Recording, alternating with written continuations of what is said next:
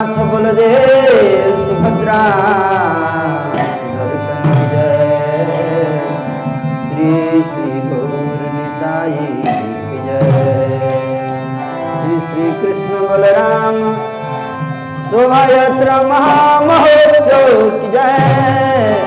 जगत गुरु श्री प्रभुपाद की जय।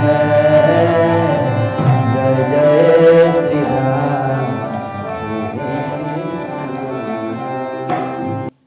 जय श्री कृष्ण चैतन्य प्रभु नित्यानंद श्री अद्वैत गदाधर श्रीवासादि गौर भक्त वृंद। हरे कृष्णा कृष्णा कृष्णा हरे हरे, हरे राम राम राम हरे हरे। निवारयामः समुपेत्य माधवं किं नो करिष्यन् कुलवृद्धबान्धवाः। मुकुन्द संगान् निमिषार्धदुष्टजात् दैवेन विध्वंसित दीनचेतसाम्। मुकुंद संगात निमिष अर्ध दुष्त्यजात।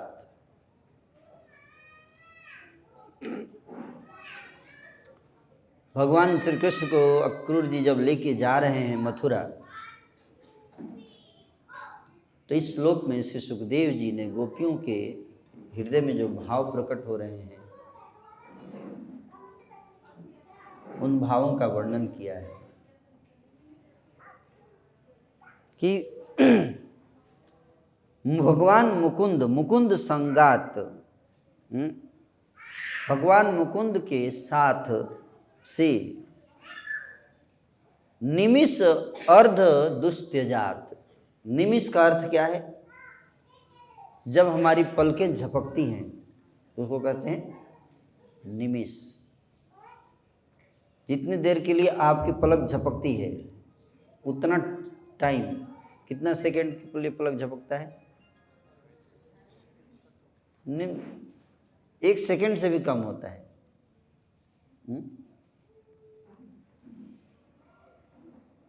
और उस समय का आधा कर दीजिए। कितना?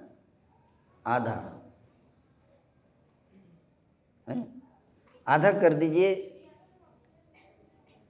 गोपियां कह रही कि उतने कम समय के लिए भी अगर भगवान मुकुंद को हम लोग नहीं देखेंगे तो हम जी नहीं पाएंगे, हैं? तो पलक जो है वो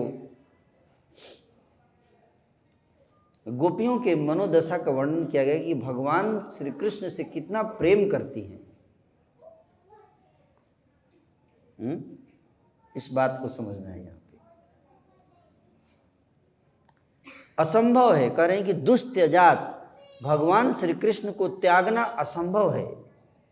ये संभव नहीं है हमारे लिए कि हम कृष्ण के बिना रह पाएं। इसलिए भगवान श्री कृष्ण विशेष रूप से गोपियों की भावों का यहाँ वर्णन है। इसलिए गोपियों का प्रेम सर्वश्रेष्ठ माना जाता है, क्योंकि बाकी लोग तो भगवान के बिना रह भी लेते हैं।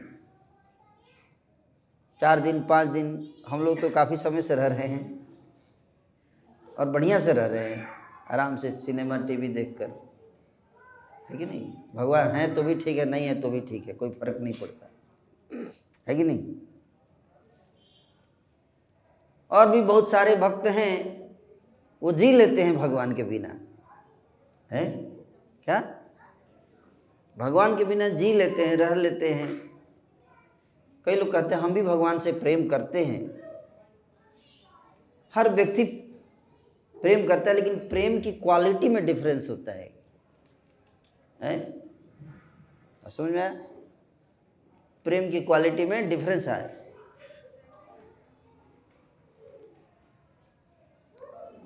गोपियों के प्रेम की क्वालिटी को देखिए। इसलिए भगवान से इतना प्रेम है इनका, भगवान से इतना प्रेम है, उसका वर्णन यहाँ सुखदेव जी कर रहे हैं। कृष्ण से कितना प्रेम करती हैं, यहां तक कि जब भगवान सामने होते हैं, कृष्ण सामने होते हैं, और जब गोपियां भगवान को देख रही होती है, दर्शन कर रही होती हैं, उस बीच में उनकी पलक झपक जाती है। पलक तो झपकेगी ना, और जैसे पलक झपकता है तो कितने देर के लिए पलक झपकता है हमको तो पता भी नहीं चलता, हम तो कांस्टेंट हम देख रहे थे, हमें लगता है, लेकिन उनको एक पलक झपकता है तो लगता है कि जैसे उतने देर में उनको ऐसा लगता है जैसे हमने जुगों जुगों से कृष्ण को नहीं देखा।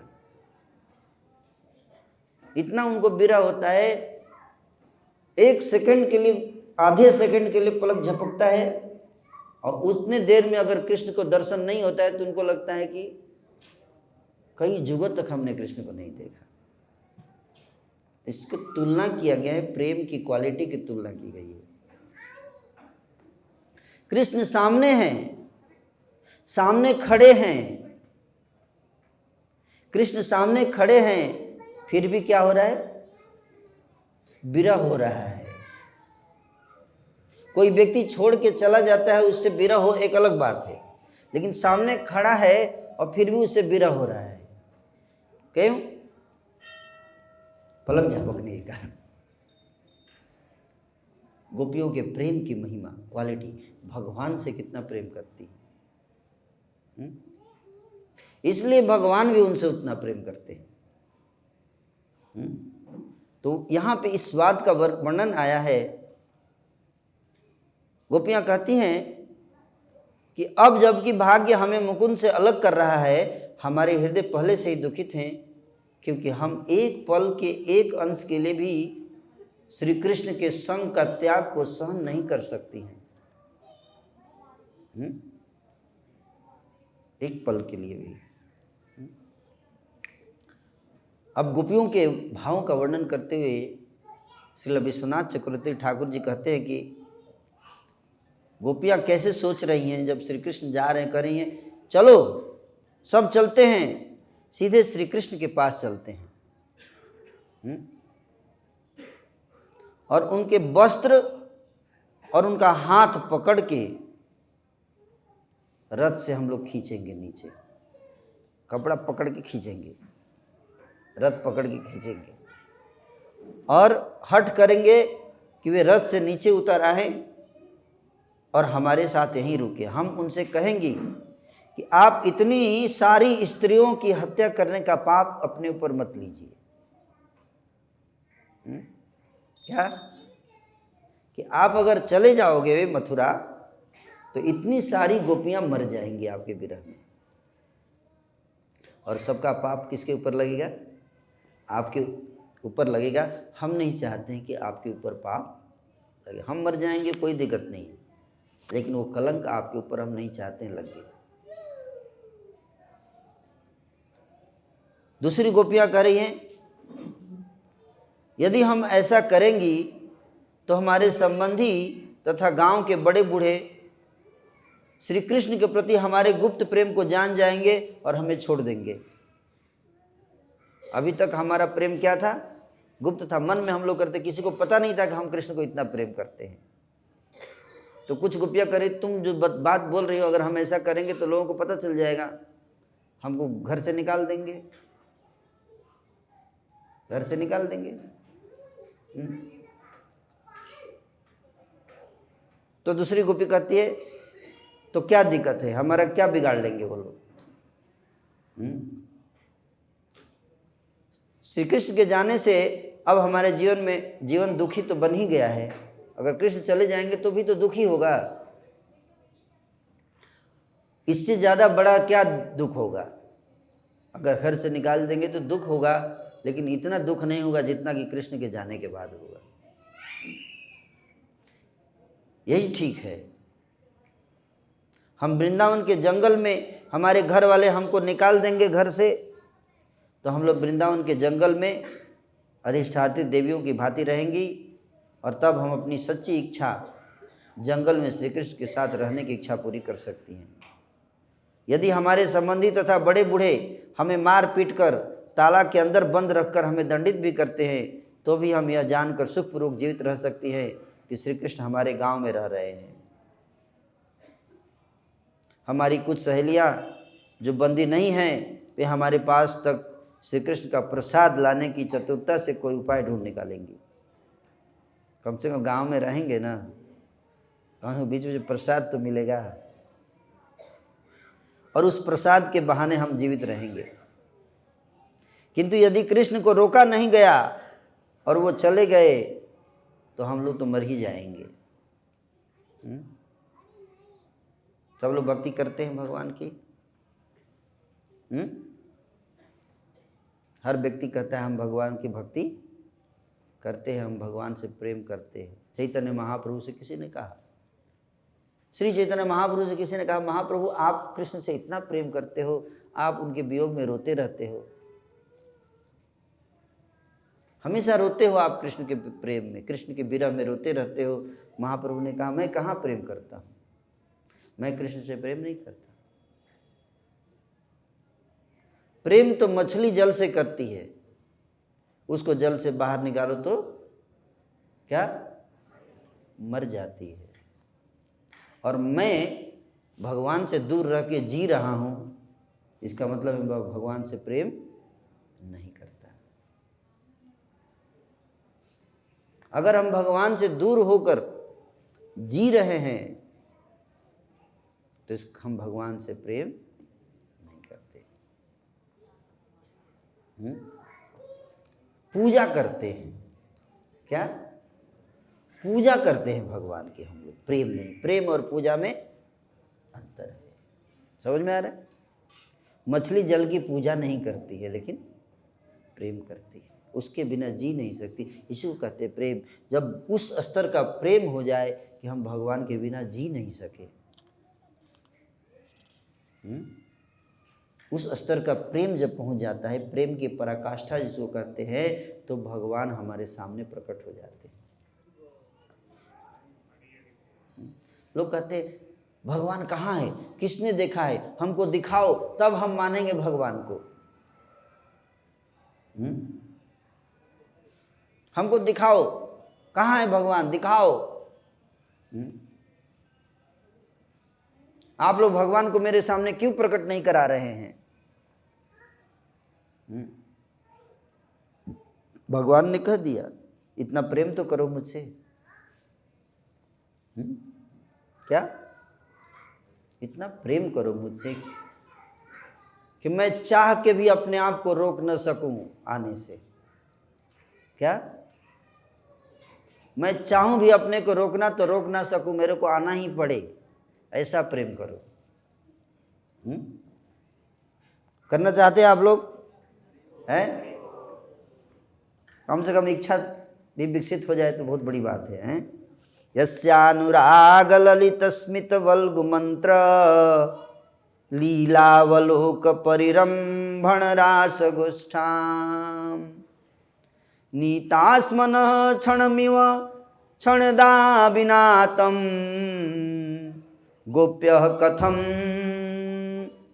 वतीतरेम तमो दुरंतम।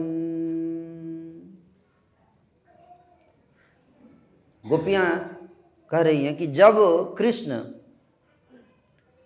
हमें रास नृत्य की गोष्ठी में ले आए, जहाँ हमने उनकी स्नेहपूर्ण तथा मनोहर मुस्कान, उनकी आह्लादकारी गुप्त बातें, उनकी लीलापूर्ण चितवन तथा उनके आलिंगन का आनंद लूटा, तब हमने अनेक रात्रियां कृष्ण के साथ बिताई और वो सारी रात्रियां एक क्षण के बराबर लगी। हे गोपियों, तो भला हम उनकी अनुपस्थिति के दुर्लंघे अंधकार को कैसे पार कर सकते हैं? भगवान के साथ बिताए हुए पलों को याद कर रही है कि भगवान के साथ जो समय बिताया वो समय इतना हृदय को आकर्षक करने वाला था। अब वो सोच रही हैं कि अब चले जाएंगे तो वो समय वो पल दोबारा नहीं आएगा। इसी को कहते हैं स्मरण, भगवान की लीलाओं का स्मरण। हम अनंत के मित्र श्री कृष्ण के बिना भला कैसे जीवित रह सकती हैं? कृष्ण के बिना हम कैसे जीवित रह सकते हैं? नहीं रह सकते जीवित, नहीं रह सकते। गोपियां कृष्ण के बिना एक क्षण के लिए भी जीवित नहीं रह सकती, एक क्षण के लिए भी जीवित नहीं रह सकती। इतना प्रेम है। आजकल किसको प्रेम है? इतना है किसी को? ये अपराकृत प्रेम है जो केवल भगवान का के साथ होता है। ऐसा प्रेम इस संसार में ऐसा प्रेम नहीं मिलता है।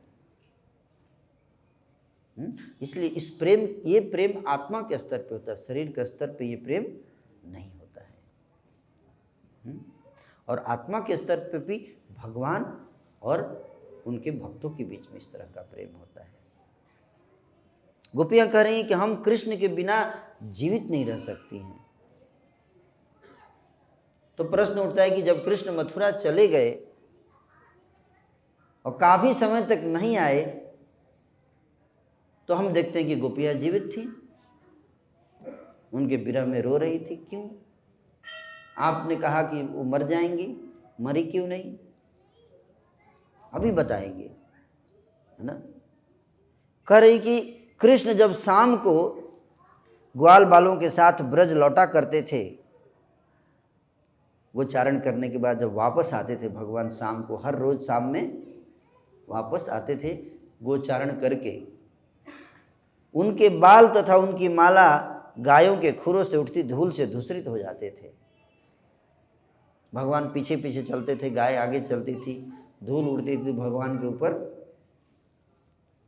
पूरा शरीर में धूल लगा रहता था ऐसे, है ना। बालों में धूल, पूरे वस्त्रों पे धूल, सारी ब्रज की रज, और भी गाय के खुर से निकली हुई है। उसको गोधूली बोलते हैं। क्या बोलते हैं? गोधूली। आप जानते हैं गोधूली? सुने? गोधूली की वो बेला है संध्या के समय जब गाय वापस आती है, उस समय को क्या बोलते हैं? गोधूली बोलते हैं। गो मतलब गाय और धूली मतलब उसके खुर से जो धूल उड़ती है जब वापस आती हैं, वो धूल उड़ती है। वो धूल इतनी पावरफुल है, शक्तिशाली है, इसलिए गोधूली की बेला को बहुत ही मंगलदायक माना गया है। क्योंकि उस समय अगर आप बाहर जाएंगे तो गायों के खुरों से उड़ी हुई धूल आपके ऊपर पड़ेगी, जब गोधूली बोलते हैं। तो गोपियां कह रही हैं कि वो गोधूली से धूल धूसरित भगवान आते थे, और जब हम लोग उनको देखते थे और जब वापस आते थे भगवान, तो बांसुरी बजाते हुए आते थे। कैसे? बांसुरी बजाते हुए आते थे और अपनी हंसीली बाकी चितवन से हमारे मन को मोह लेते थे। इस प्रकार से वार्तालाप चल रहा है आपस में गोपियों का कि अब चले जाएंगे तो वो सीन अब देखने को नहीं मिलेगा। अब वो सीन दर्शन नहीं मिलेगा। सुखदेव जी कहते हैं, एवं ब्रुवाणा विरहातुरा भृशम ब्रजस्त्रिय कृष्ण विषक्त मानसा विसृज्य लज्जाम रुरुदुस्म सुस्वरम गोविंद दामोदर माधवेति। श्रील सुखदेव गोस्वामी कहते हैं कि इस प्रकार से शब्दों को कहने के बाद ब्रज की स्त्रियां जो श्री कृष्ण के प्रति इतनी अधिक अनुरक्त थीं, इतनी अधिक अनुरक्त थीं, अभी कृष्ण से वियोग नहीं हुआ है, कृष्ण का वियोग आसन्न है, होने वाला है। उनके आसन्न वियोग से अत्यंत क्षुब्ध हो उठी, वे सारी लाज हया भूल गईं और जोर जोर से पुकारने लगी, कीर्तन करने लगी, हे गोविंद, हे दामोदर, हे माधव। जोर जोर से पुकार रही हैं, जोर जोर से चिल्ला रही हैं। किंतु गोपियों द्वारा इस प्रकार क्रंदन करते रहने पर रो रही है। रुरुदम, क्या बता रहे हैं? रुरुदु स्वा, यहाँ शब्द है रुरुदु। जब आर्त स्वर में रो रही है, क्या कर रही है? रो रही है भगवान का नाम लेके, हे गोविंद, हे दामोदर, हे माधव। और इस प्रकार क्रंदन करते रहने पर भी अक्रूर जो हैं उनके कान में घुसा नहीं, रुके नहीं।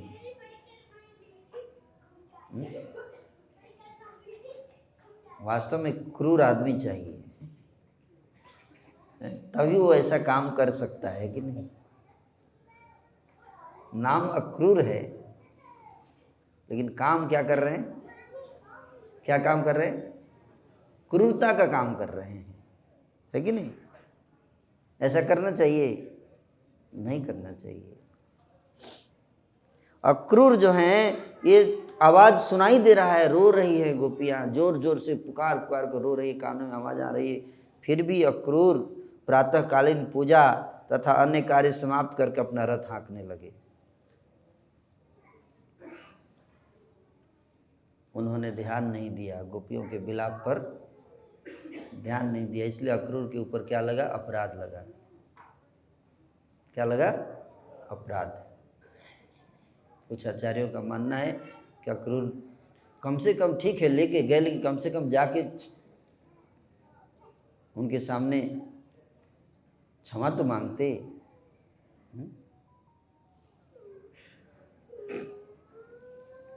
इसीलिए बाद में उनको कष्ट झेलना पड़ा। नंद महाराज को आगे करके ग्वाले अपने अपने छकड़ों में भगवान श्री कृष्ण के पीछे पीछे हो लिए।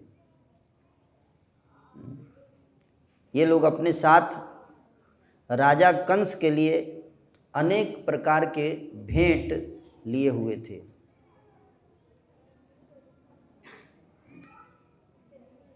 भेंटों में क्या क्या था? घी तथा अन्य दुग्ध उत्पादों से भरे हुए मिट्टी के घड़े सम्मिलित थे। ब्रजवासी थे तो उनके पास यही सब गिफ्ट होगा, और क्या होगा? मिल्क प्रोडक्ट, छाछ, दही, मक्खन है, सब मटके में भर भर के। कंस राजा थे, है ना, उनको गिफ्ट देना था, नहीं तो नाराज हो जाएंगे, है कि नहीं? तो ग्वाले नंद बाबा के साथ छकड़े में, सब छकड़ा मतलब बैलगाड़ी में सब लाद कर लेकर जा रहे हैं। गोप्यस्य दैतम कृष्ण मनुव्रज्यानुरंजिता प्रत्यादेशम भगवत कांक्षन्त्य सावत स्थिरे। भगवान श्री कृष्ण ने अपनी चितवन से गोपियों को कुछ कुछ ढाढ़स बधाया, और वे भी कुछ देर तक गोपियां उनके पीछे पीछे चलती जा रही हैं। रथ आगे जा रहा है, गोपियां पीछे पीछे जा रही हैं। भगवान आँखों के चितवन से ही उनको ढांढस बधाने का प्रयास कर रहे हैं कि रुक जाओ। फिर इस आशा से गोपियां खड़ी हो गई, बिना हिले डुले खड़ी रही कि कृष्ण उनको कुछ आदेश देंगे, कुछ मैसेज देंगे उनको जाने से पहले। क्या देंगे? कुछ तो बोलें। कुछ बोल ही नहीं रहे हैं कृष्ण। हम लोग तो मरे जा रही हैं और कृष्ण कुछ बोल ही नहीं रहे हैं। जब कृष्ण विदा होने लगे तो उन यदुश्रेष्ठ ने देखा कि गोपियां किस प्रकार विलाप कर रही थी। देख रहे हैं, कृष्ण देख रहे हैं कि गोपियां विलाप कर रही हैं, रो रही हैं। कोई इतना रोए, आप जा रहे हैं तो कैसे आप चले जाएंगे? हैं? नहीं जा सकते। हमारे लिए तो कोई रोता ही नहीं है। हैं? उल्टे रोते हैं कि कब चले जाए। अभी कोरोना पीरियड में हमने सुना था कि लॉकडाउन हो गया था तो ऑफिस सारे बंद हो गए थे, तो हस्बैंड घर पे रहने लगे, तो झगड़ा ज़्यादा बढ़ गया। और आंकड़े बताते हैं कि डोमेस्टिक वायलेंस बहुत बढ़ गया। क्यों? ऑफिस जाते थे तो थोड़ा फ्रीडम रहता था, साथ में रहने से और ज़्यादा झगड़ा बढ़ गया।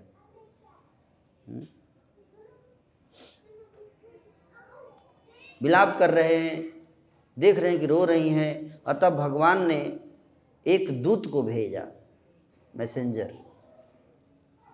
दूत को भेजा। उस समय व्हाट्सएप नहीं था, टेलीग्राम,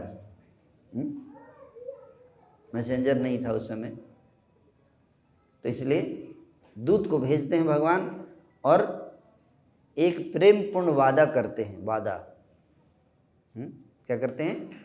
वादा, प्रॉमिस। क्या बोलते हैं? सप्रेमयी सांत्वयाम आस, उन्हें ढांढस बधाया, प्रेम से युक्त होकर। क्या बोले? आयासे इति, ये शब्द बोला उन्होंने। क्या? दो शब्द है इसमें, आयासे इति। इति मतलब ऐसा बोला। क्या? एक ही शब्द केवल मैसेज में भेजा। क्या? आयास्य। आयास्य का अर्थ क्या है? मैं वापस आऊंगा। क्या बोले? मैं वापस आऊंगा। और ये जो शब्द बोल दिया ना, उसी के कारण गोपियां मर नहीं पाई। क्यों?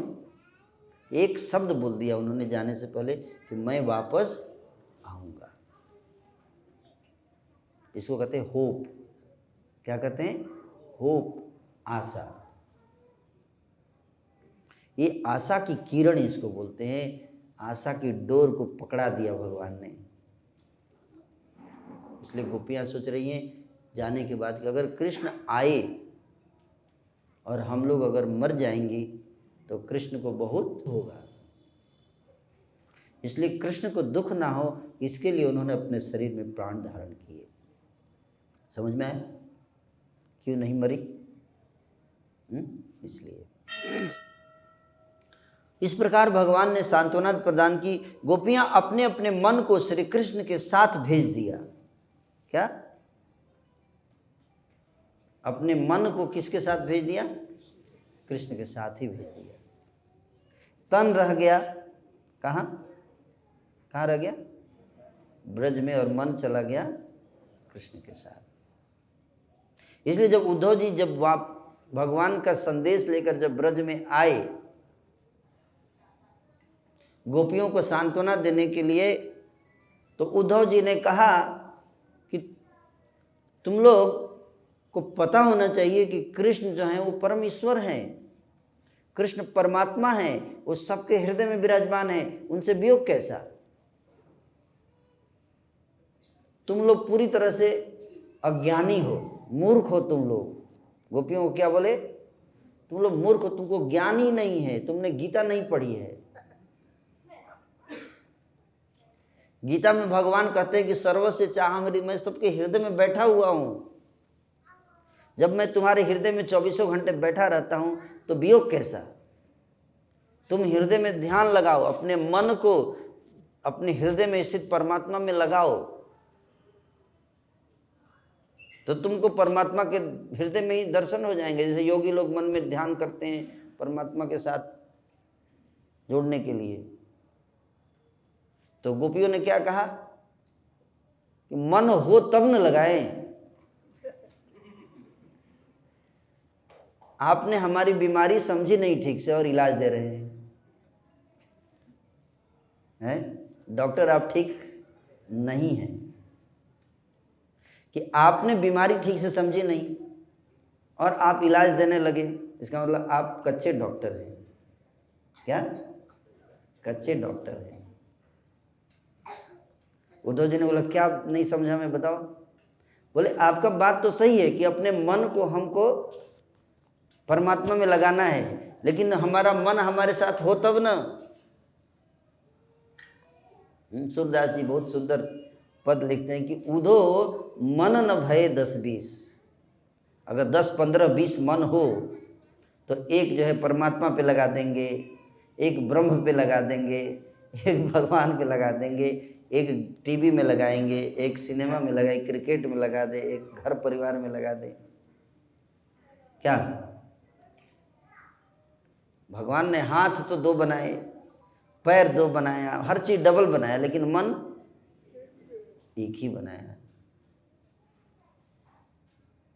और वो चला गया श्याम संग, एक ही मन जो गयो श्याम संग, श्याम संग कोसो आराधो ईस, उधो मन न भय 10-20।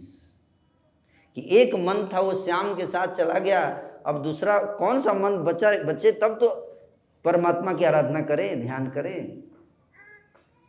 सुखदेव जी उसी बात को यहाँ कह रहे हैं कि जब कृष्ण जाने लगे तो गोपियां अपने अपने मन को कृष्ण के साथ ही भेज दिया,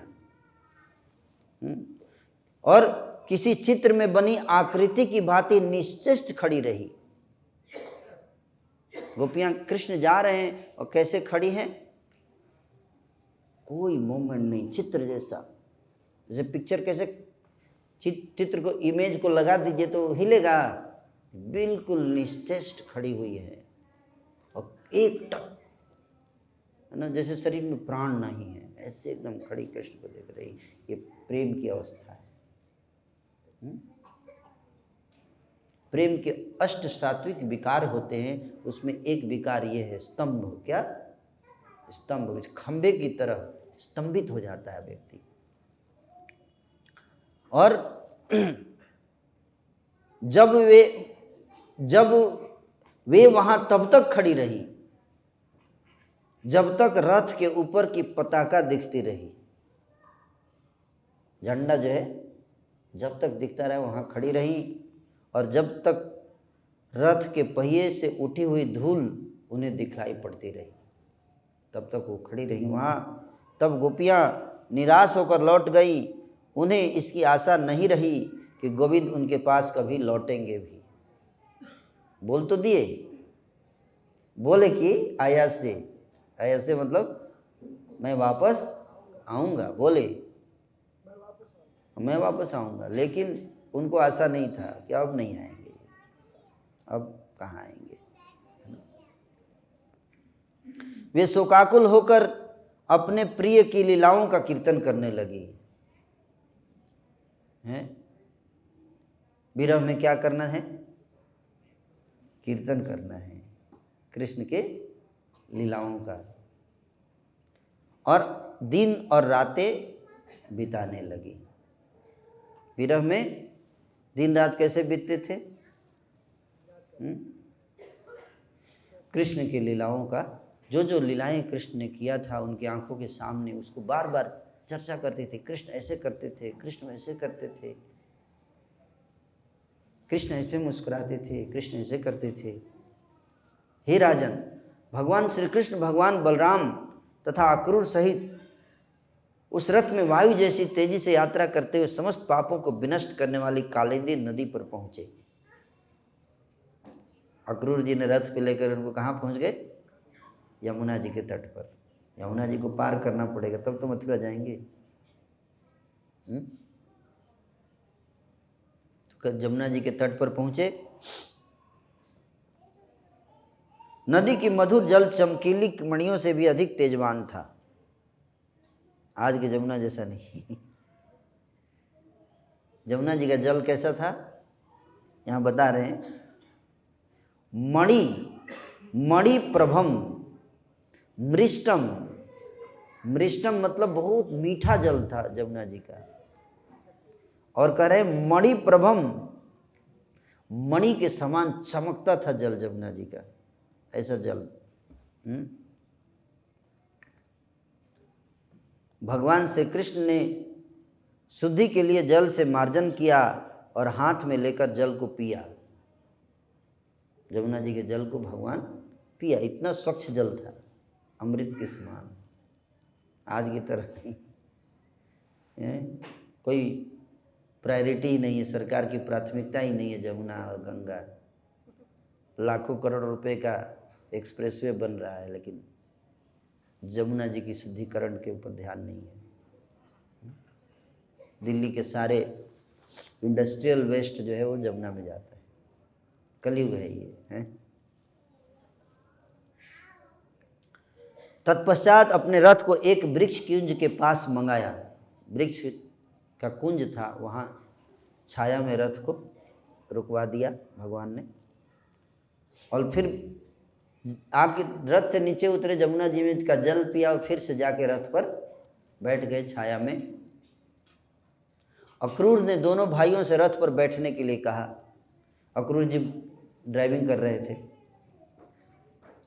अक्रूर जी ने बोला कि आप दोनों अभी रथ पे बैठे रहिए, मैं भी थोड़ा जमुना जी में नहा लेता हूँ। जमुना कुंड में गए और शास्त्रों में निर्दिष्ट विधि के अनुसार स्नान किया। जैसे शास्त्र में बताया गया कि जमुना जी में कैसे स्नान करना चाहिए, शास्त्र के अनुसार स्नान करना चाहिए। जल में प्रविष्ट होकर वेदों से नित्य मंत्रों का जप करते हुए, जल में जाकर वेदों का मंत्र जप करने लगे। करते हुए अक्रूर ने सहसा मंत्र जब जप कर रहे थे, अंदर जल में जाके, नहीं गायत्री करते हैं लोग, तो जब मंत्र का जप कर रहे थे, अचानक उन्होंने अपने सामने जल के अंदर कृष्ण बलराम को देखा।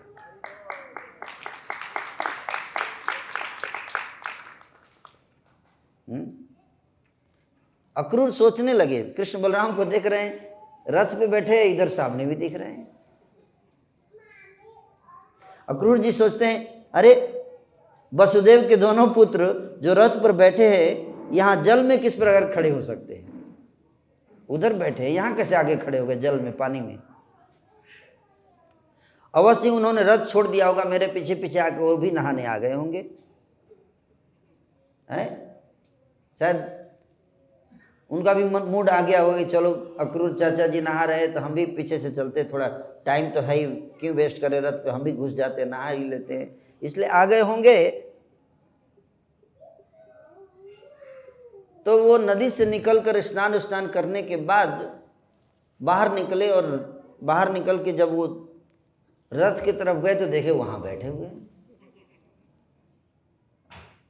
रथ पे दोनों बैठे हुए हैं।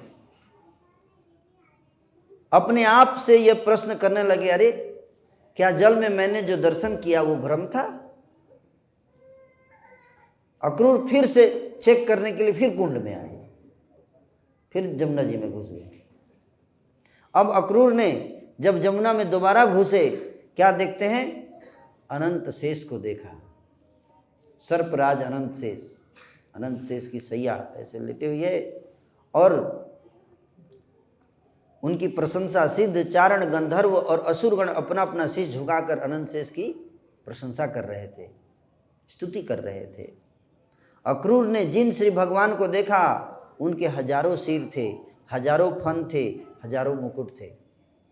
अनंत शेष के हजारों सिर, हजारों फन, हजारों मुकुट, उस रूप को देखा, दर्शन किया जमुना के अंदर। उनका नीला वस्त्र तथा कमल नाल के तंतुओं के सश्वेत गौर वर्ण ऐसा लग रहा था मानो अनेक चोटियों वाला श्वेत कैलाश पर्वत हो। तब अक्रूर ने अनंत शेष के गोद में, अनंत शेष के गोद में पूर्ण पुरुषोत्तम परमेश्वर भगवान को देखा।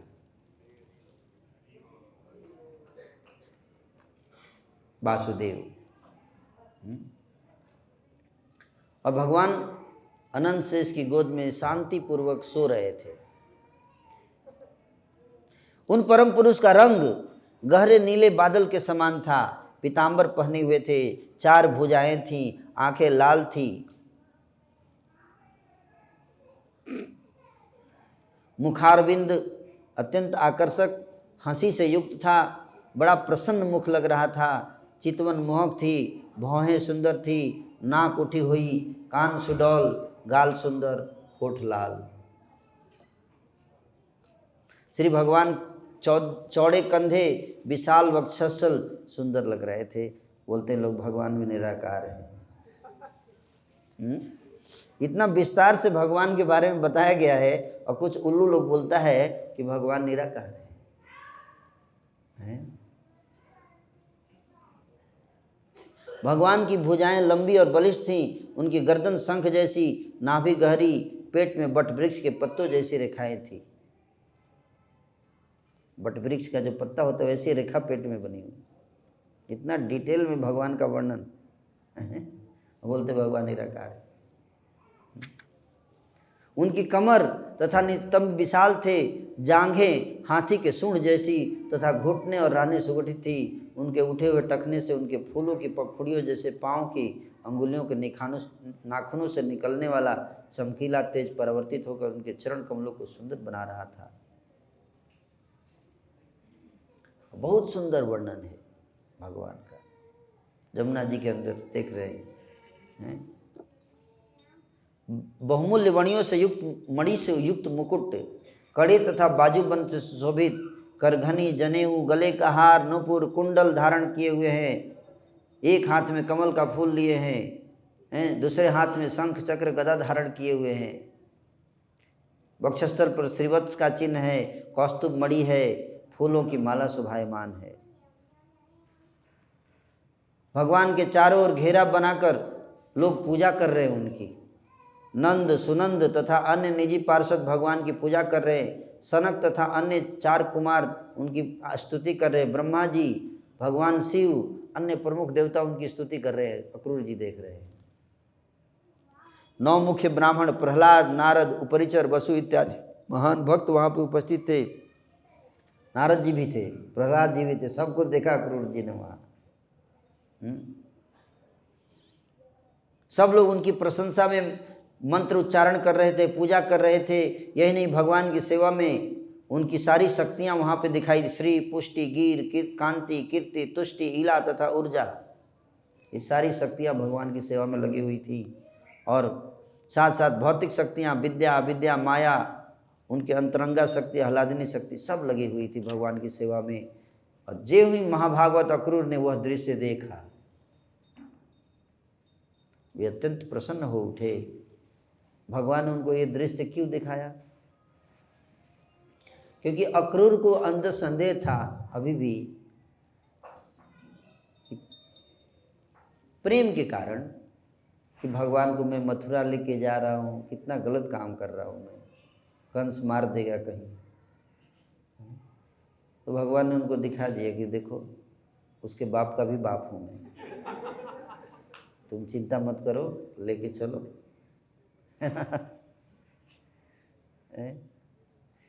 अक्रूर जी बहुत टेंशन में थे। तो भगवान ने दिखा दिया कि देखो मैं कौन हूँ, मैं कौन हूँ, मुझे पहचानो, मैं हूँ कौन। एक सिनेमा में गीत था ना, पहचानो मैं कौन हूँ, डॉन हूँ। जितने डॉन है दुनिया में, उनका सबका डॉन हूँ मैं। इस प्रकार से भगवान ने अक्रूर जी को चिंता मुक्त कर दिया। और दूसरा संदेश ये था कि भगवान जो हैं वहाँ पे 2 डबल रूप भगवान का है। क्या? कितना रूप? डबल रूप भगवान का। एक जो रथ पे बैठे हुए कृष्ण बलराम, और एक जो जल के अंदर कृष्ण बलराम। 2 सेट भगवान का है, 2 सेट। जैसे अब 2 सेट कपड़ा होता है, 2 सेट। अक्रूर जी को बोला गया कौन सा सेट ले जाना चाहते हैं आप बताइए।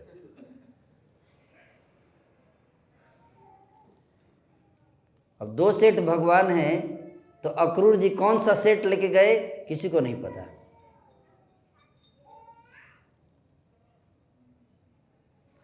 अक्रूर जी जल वाले सेट को लेके गए, वासुदेव और अनंत शेष को लेके गए। कृष्ण बलराम ब्रज में ही वापस रहे, वो आ गए थे, वो नहीं गए। और भगवान बोले थे कि मैं वापस आ जाऊंगा, तो भगवान वापस आ गए थे।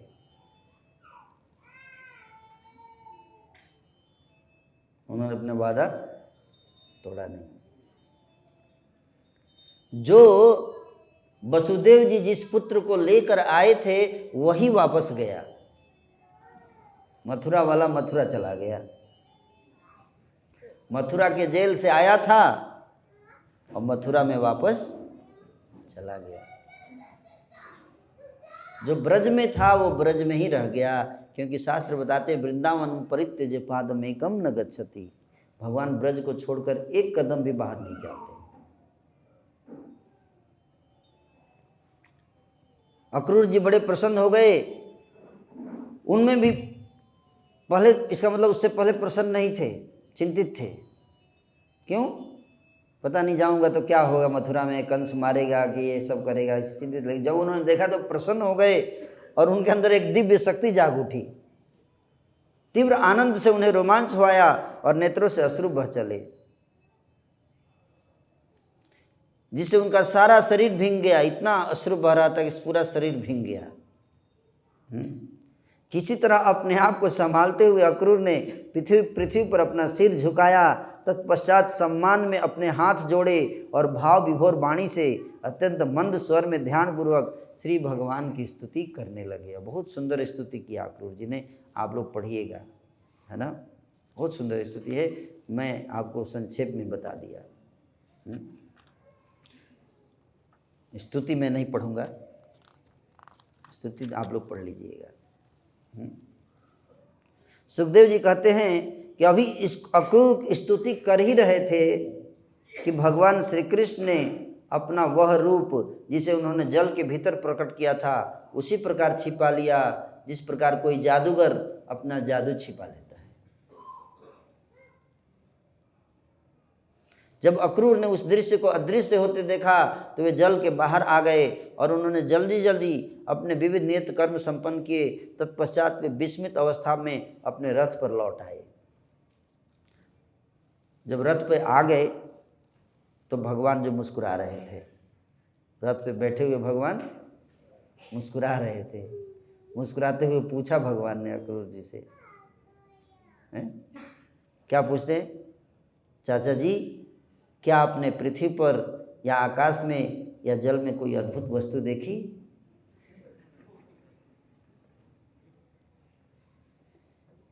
कुछ आपको दिखाई दिया क्या? कुछ मिरेकल दिखा, चमत्कार?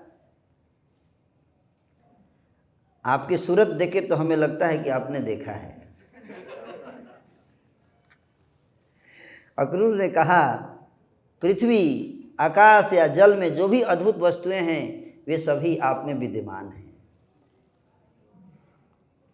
चूंकि आप हर वस्तु से ओतप्रोत हैं, अतः जब मैं आपका दर्शन कर रहा हूं तो फिर वह कौन सी वस्तु है जिसे मैंने नहीं देखा है? वो भी इशारे में ही उत्तर दिए हैं। और अब जबकि हे परम सत्य, मैं आपको देख रहा हूं जिसमें पृथ्वी, आकाश, जल की सभी वस्तुएं निवास कर रही हैं, तो फिर भला मैं इस जगत में और कौन सी अद्भुत वस्तुएं देख सकता था? इन शब्दों के साथ अक्रूर ने रथ आगे हाँकना शुरू कर दिया और दिन ढलते ढलते वे भगवान बलराम तथा भगवान श्री कृष्ण को लेकर मथुरा जा पहुंचे। सुबह निकले थे, पहुंचते पहुंचते शाम हो गई। इतना देर क्यों लगा?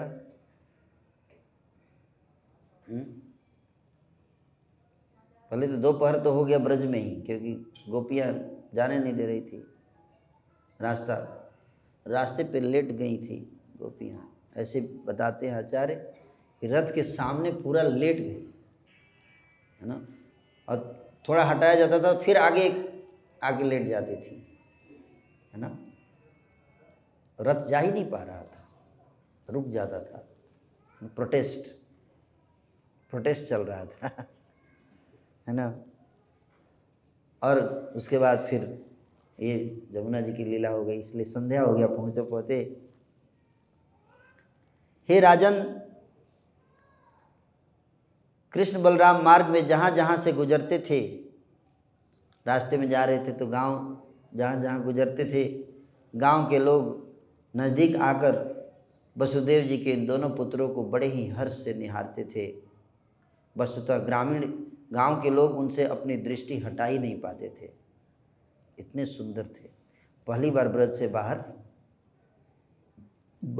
बाहर वालों को दर्शन देने के लिए निकले। अभी तक तो ब्रजवासियों का दर्शन मनोरंजन चल रहा था, फर्स्ट टाइम बाहर आए हैं, लोगों को देखने को मिला भगवान के दर्शन है। सोचिए हम लोग तो भगवान के विग्रह की पूजा करते, साक्षात भगवान के दर्शन कैसा होगा है? नंद महाराज तथा वृंदावन के अन्य निवासी रथ से पहले ही मथुरा पहुंच गए थे। ये लोग तो नहाने वहाने लगे और एडवांस पार्टी अपना मथुरा पहुंच चुकी थी और श्री कृष्ण बलराम की प्रतीक्षा वेट कर रहे थे। शहर के बाहर ही एक पार्क था, गार्डन, बगीचा। उसी बगीचे में नंद बाबा और जितने एडवांस पार्टी में गए थे अपना गिफ्ट उफ्ट लेके वहाँ पे बैलगाड़ी लगा के अपना पड़ाव डाल दिया था। वहाँ जाके पीछे से ये लोग पहुँचे, पीछे से पहुँचे। नंद तथा अन्य लोगों से मिलने के बाद ब्रह्मांड के नियंता भगवान श्री कृष्ण ने विनीत अक्रूर के हाथ को अपने हाथ में लेकर हंसते हुए इस प्रकार कहा। वहाँ पहुँच गए, नंद बाबा से मिले, अक्रूर जी के हाथ अपने हाथों में लेकर हंसते हुए भगवान अक्रूर जी से बोले कि अब आप रथ लेकर हमसे पहले नगरी में प्रवेश करें, तत्पश्चात आप अपने घर जाइए। हम यहाँ पर कुछ समय तक ठहरकर बाद में नगरी देखने जाएंगे। बोले कि अब आप जाइए, अब हमको थोड़ा मथुरा में लीला करने दीजिए। आप रहेंगे तो लीला ठीक से नहीं हो पाएगी, है ना, VIP ट्रीटमेंट होने लगेगा, है कि नहीं। इसलिए आप अपना घर जाइए, अब बैठिए, अब हम लोग थोड़ा लीला करते हैं। अक्रूर ने कहा, हे प्रभु, मैं आप दोनों के बिना मथुरा में कैसे जाऊंगा। हे नाथ, मैं आपका भक्त हूँ, इसलिए ये उचित नहीं होगा कि आप मेरा परित्याग कर दें। मैं आपका भक्त हूँ, आप मुझे छोड़ रहे हैं ऐसे। आप अपने भक्तों के प्रति हमेशा वत्सल रहते हैं। आइए, आप अपने बड़े भाई ग्वाल अपने संगियों सहित मेरे घर चलिए। हे मित्र श्रेष्ठ, हे दिव्य प्रभु, इस प्रकार कृपया मेरे घर को कृतार्थ कीजिए। मैं एक सामान्य गृहस्थ हूँ और विधिवत यज्ञों के पालन में आसक्त हूँ, अतः आप अपने चरण कमलों की धूलि से मेरे घर को पवित्र कीजिए। इस शुद्धि कर्म से मेरे पितर, यज्ञ, अग्नि तथा सारे देवता तुष्ट हो जाएंगे। आपके चरणों को पखार कर यशस्वी बलि महाराज ने न केवल यश तथा अनुपम शक्ति प्राप्त की, अपितु शुद्ध भक्तों की अंतिम गति भी प्राप्त की। आपके चरणों के पखारने से दिव्य होकर गंगा नदी के जल ने तीनों लोगों को पवित्र बना दिया है। शिव जी ने उसी जल को अपने सिर पर धारण किया और उसी जल की कृपा से राजा सगर के पुत्र स्वर्ग चले गए। हे देवों के देव, हे जगन्नाथ, हे आप जिनके यश को सुनना और गायन करना अत्यंत पवित्र है, हे यदुश्रेष्ठ, हे पुण्य श्लोक, हे परम भगवान नारायण, मैं आपको नमस्कार करता हूँ। देखिए यहाँ जगन्नाथ लिखा हुआ है, इसलिए कृष्ण बलराम की रथ यात्रा जगन्नाथ रथ यात्रा ही है, लिखा है ना, हे जगन्नाथ है। देव देव जगन्नाथ पुण्य श्रवण कीर्तन, यदुत्तम उत्तम श्लोक नारायण नमस्तुते। भगवान कहते हैं, मैं अपने बड़े भाई के साथ आपके घर आऊँगा, अभी नहीं बाद में, किंतु पहले मुझे यदु जाति के शत्रु को मारने दीजिए। पहले कंस का काम तमाम करूँगा, उसके बाद शांति से आपके घर आऊँगा। अपने मित्रों तथा शुभचिंतकों को पहले संतुष्ट करना है। जिस काम के लिए आया हूँ पहले काम करूँगा, उसके बाद आराम करूँगा, है कि नहीं। तो कौन सा काम के लिए गए हैं? मामा जी का काम तमाम, बहुत टाइम टाइम कर लिया, अब और टाइम टाइम नहीं करने देना है कि नहीं। सुखदेव जी कहते हैं, श्री भगवान द्वारा ऐसे संबोधित किए जाने पर अक्रूर भारी मन से नगर में प्रविष्ट हुए। दुखी हुए कि नहीं आए भगवान। उन्होंने राजा कंस को जाकर बता दिया कि काम प्रोजेक्ट सफल हो गया। बोले प्रोजेक्ट, कंस बोला क्या हाल है, आया क्या? बोले पक्का प्रोजेक्ट सफल है, एकदम ला के रख दिया है, सारा बता दिया है, पार्क में है अभी, मेरा काम हो गया। कंस भी बहुत खुश हो गया, है ना। भगवान श्री कृष्ण मथुरा देखना चाहते थे और कल गाजियाबाद देखना चाहते हैं। हैं? कल गाजियाबाद। भगवान को शहर में घूमने का बहुत शौक है, गांव के आदमी है ना, हैं? इसीलिए तो निकलते हैं बाहर शहर देखने के लिए। ग्वाला है गांव वाला, गाय चराने वाला, तो शहर में आएगा थोड़ा तो भगवान श्री कृष्ण मथुरा देखना चाहते थे, इसलिए संध्या के समय शाम में इसी टाइम पे मुझे लगता है कि 7-6 बजे के बाद, मुझे लगता है 5 साढ़े 5 बजे के लगभग निकले थे मथुरा दर्शन के लिए। सिटी में थोड़ा लाइट वाइट लगा हुआ था, थोड़ा बढ़िया लग रहा था, और मैंने कि फेस्टिवल सेलिब्रेशन होना था तो बढ़िया से सजाया था कंस ने पूरा एकदम, पूरी शहर सजा हुआ था एकदम, क्योंकि बहुत बड़ा उत्सव का आयोजन किया गया था ना। जैसे दिवाली में अयोध्या को सजाते हैं योगी जी। अतः संध्या समय अपने साथ बलराम तथा ग्वाल बालों को लेकर भगवान कृष्ण नगर में प्रविष्ट किए। शहर के अंदर घुस गए, चलो थोड़ा घूम के आते हैं नगर में, सिटी में क्या चल रहा है। अब अंदर सिटी में क्या देखते हैं भगवान, कैमरा भगवान के साथ जा रहा है हमारे मुकेश प्रभु का, भगवान आगे पीछे से कैमरा भगवान का। भगवान ने देखा मथुरा कैसा था उस समय की मथुरा, भगवान के समय की मथुरा का वर्णन किया गया है। आज की मथुरा तो कुछ भी नहीं है उसके सामने। वो मथुरा का वर्णन सुनिए, मथुरा नगरी कैसी नगरी थी, कैसा शहर था मथुरा। करे मथुरा के ऊंचे ऊंचे दरवाजे तथा घरों के प्रवेश द्वार स्फटिक मणि से बने हुए थे। मथुरा के घर जो थे उसके दरवाजे जो है मणि से बने हुए थे, स्फटिक मणि। स्फटिक मणि देखा आपने? हैं? हाँ, स्फटिक मणि से दरवाजे, गेट बना हुआ है। इसके विशाल तोरण तथा मुख्य द्वार जो हैं वो सोने के बने हुए हैं। किसके? सोने के। और अन्न के गोदाम तथा अन्य भंडार तांबे तथा पीतल के बने हैं। और मथुरा के चारों तरफ खाई बनी हुई है। क्या बनी हुई है? खाई। खाई किस लिए? आक्रमण से रक्षा के लिए। जैसे कोई किला बनाया जाता है, लाल किला आप गए हैं आप लोग, उसके चारों तरफ क्या बनी हुई है? खाई बनी हुई है। क्यों? कोई अटैक करेगा तो खाई में गिर जाएगा, इसलिए आक्रमण करना बहुत कठिन है। मनोहर उद्यान, उद्यान मतलब पार्क, जैसे यहाँ पे सेंट्रल पार्क है, उतना मनोहर तो नहीं है लेकिन फिर भी है। तो हमको लगता है कि हम ही एडवांस है आज के समय। पार्क है, देखो यहाँ लिखा हुआ है, सुंदर सुंदर पार्क थे मथुरा में। और उपवन शहर की शोभा बढ़ा रहे थे। मुख्य चौराहा जो था वो सोने से बनाए गए थे। गाजियाबाद में है कोई चौराहा सोने से बनाया हुआ? फिर भी भगवान निकलेंगे देखने के लिए, क्योंकि आदिकर्ता प्रभु ने डेट फिक्स कर दिया है। तो जो भी होगा देखेंगे, क्या करेंगे, थोड़ा बहुत है ना। चौराहे सोने से बनाए गए थे और इसकी इमारतों के साथ निजी विश्राम उद्यान भी थे। निजी विश्राम उद्यान मतलब हर घर के अंदर प्राइवेट पार्क था।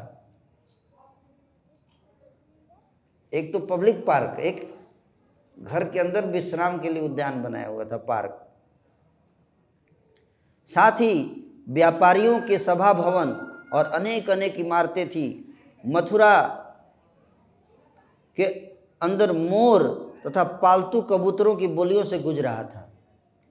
मोर चारों तरफ घूम रहे थे। जालीदार खिड़कियों के छेदों पर, रत्न जड़ित फर्शों पर तथा खंभेदार छज्जों और घरों के सामने के सजीन धरनों पर बैठे थे। ये छज्जे और धरने वैदुर्य मणि से बने हुए थे, हीरे से बने हुए थे। स्फटिक, नीलम, मूंगा, मोती तथा हरित मणियों से सजाए गए थे।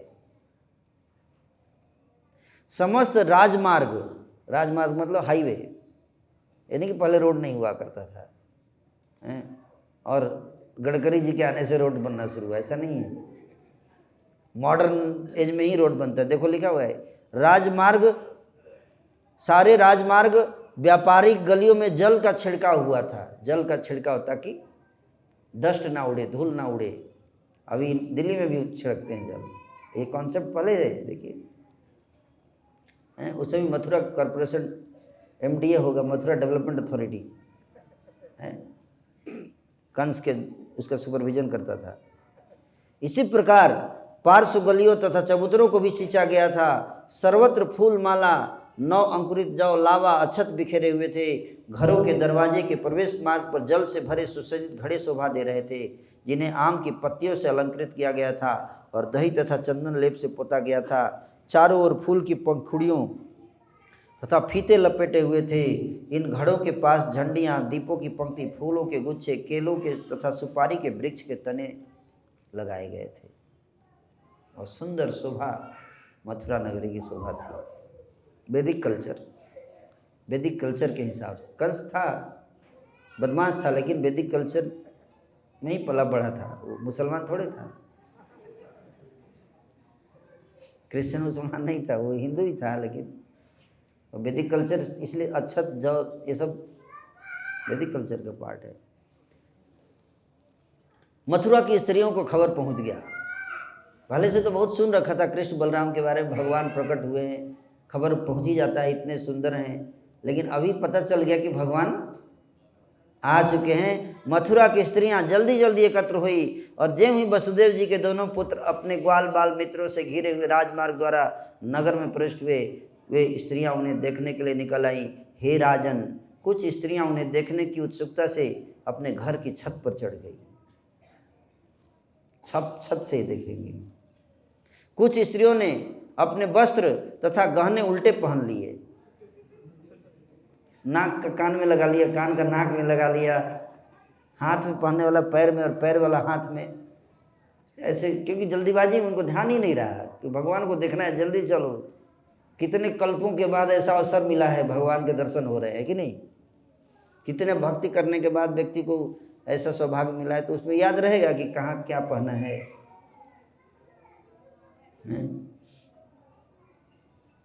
सारे गहने कपड़े, गहने ही नहीं कपड़े भी उल्टे पहन लिए, पता नहीं कैसे पहना होगा। कुछ अपना एक कुंडल पहना, एक कुंडल पहन लिया, दूसरा भूल गई पहनना। एक पायल पहन लिया, दूसरा भूल गई पहनना है। और अन्य स्त्रियों ने केवल एक आंख में अंजन लगाया, एक आंख में, कहीं लेट ना हो जाए, जल्दी चलो भागो हैं। जो स्त्रियां भोजन कर रही थी, उन्होंने भोजन करना छोड़ दिया। अन्य स्त्रियां आधा नहाए हुए, उबटन पूर्ण रूप से लगाए बिना ही चली आई। जो स्त्रियां सो रही थी, वे शोर सुनकर तुरंत उठ गई और माताओं ने दूध पीते बच्चों को अपनी गोदी से उतार कर अलग रख दिया। बाद में पीना दूध, अभी भगवान के दर्शन करने दो। अपनी साहसिक लीलाओं का स्मरण करके मुस्कुराते हुए कमल नेत्र वाले श्री भगवान ने अपनी चितवनों से स्त्रियों के मनों को मोह लिया। वे शाही हाथी की तरह मतवाली चाल से अपने दिव्य शरीर से उन स्त्रियों के नेत्रों के लिए उत्सव संपन्न करते हुए चल रहे थे। यह उनका यह शरीर दिव्य देवी लक्ष्मी जी के लिए आनंद का स्रोत है। मथुरा के स्त्रियों ने श्री कृष्ण के विषय में बहुत बार सुन रखा था, अतः उनका दर्शन पाते ही उनके हृदय द्रवित हो उठे। वे अपने आप को सम्मानित अनुभव कर रही थी कि श्री कृष्ण ने उन पर अपनी चितवन तथा हंसी रूपी अमृत का छिड़काव किया है। अपने नेत्रों के द्वारा भगवान को अपने हृदय में ग्रहण करके उन सब ने समस्त आनंद की मूर्ति उन श्री भगवान का आलिंगन किया।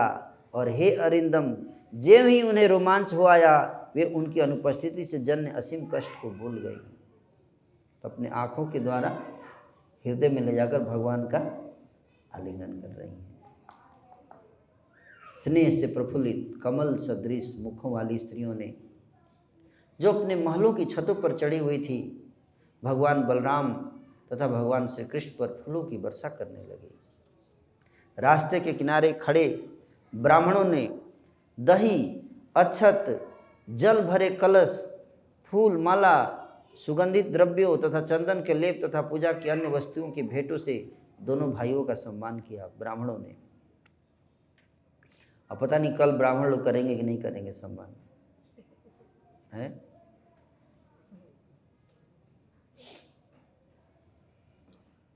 मथुरा की स्त्रियां चिल्ला पड़ी, आहा, समस्त मानव जाति को सर्वोपरि आनंद प्रदान करने वाले श्री कृष्ण तथा बलराम को निरंतर देखते रहने के लिए गोपियों ने कौन सी कठोर तपस्या की होगी। मथुरा की स्त्रियां याद करिए गोपियों को कि हमको तो थोड़े देर के लिए दर्शन होगा, गोपियां तो 11 साल से देख रही हैं इनको। क्या तपस्या किया होगा उन लोगों ने, हैं? अपना तपस्या याद नहीं कर रही हैं, हम लोग अपना ही तपस्या याद करते हैं, है ना। कपड़ा रंगने वाला एक धोबी आ गया। अब धोबी आ गया, देखिए, कपड़ा रंगने वाला एक धोबी। पहले गांव में, शहर में आज जैसा मशीन तो टेक्सटाइल मशीन नहीं होता था कि कपड़ा रंगने के लिए मशीन में रखते हैं, आजकल सब कुछ मशीन से होता है कि नहीं। लेकिन पहले ऐसा नहीं था, पहले धोबी ये सब काम करता था, कपड़ा रंगने का। तो एक धोबी था जो कपड़ा रंगता था। उस धोबी को अपने ओर आते हुए देखकर भगवान श्री कृष्ण ने उस धोबी को से उत्तम धुले वस्त्र मांगे। धोबी आ रहा था रास्ते में, भगवान उसको बोले, इधर आ, कहाँ जा रहा है? तो धोबी बोला कि डिस्टर्ब मत करो, गंवार कहीं का,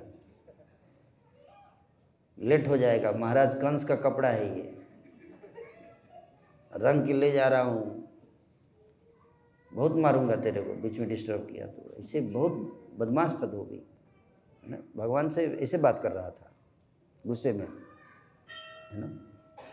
और भगवान भी उसको मारने के मूड में थे। हाँ, सही बता रहा हूँ, क्योंकि भगवान को पिछले अवतार से ही गुस्सा था उस धोबी के प्रति, क्योंकि वही धोबी था जो पिछले अवतार में इसने माता सीता के ऊपर लांछन लगाया था। तो उस समय तो मार नहीं सकते कि राजा थे, तो पब्लिक बोलती कि देखो पत्नी के फेवर कर रहे हैं। उसी समय से बैठे, इसको मारूंगा एक दिन, और आज हाथ सामने, है ना, ऐसे बोला, है ना। भगवान ने कहा, कृपया हम दोनों को उपयुक्त वस्त्र दे दो। ये कपड़ा किसके लिए? ले दो, हमको दो, हम पहनेंगे। अरे अपना चेहरा देखो, है महाराज कंस का कपड़ा है ये, हैं? भगवान बोले तो क्या हुआ है, कंस का है तो क्या हुआ, हमको दो, हम इस वस्त्र को पहनने के योग्य हैं। बोला अपना चेहरा तो देखो, योग्य हो? बोले हम इसके योग्य हैं। तुम अगर दान दोगे तो इसमें संदेह नहीं कि तुमको सबसे बड़ा लाभ प्राप्त होगा। बोले हमको दे दोगे तो तुमको बहुत फायदा होगा, नहीं दोगे तो फिर समझ जाओ। सभी प्रकार से परिपूर्ण श्री भगवान द्वारा इस प्रकार याचना किए जाने पर भगवान याचना कर रहे, दो, हमको दो। राजा का वह घमंडी सेवक क्रुद्ध हो उठा और अपमान भरे वचन में बोला। धोबी कहता है, अरे उदंड बालक, तुम पर्वतों और जंगलों में घूमने के आदी हो, हैं? गंवार कहीं का, जंगल में रहने वाले, शहर में पता नहीं कैसे घुस गए। नहीं, शहर वालों को बहुत ईगो होता है अपना, आप जानते हैं। धोबी होगा तो भी उसको ईगो होगा,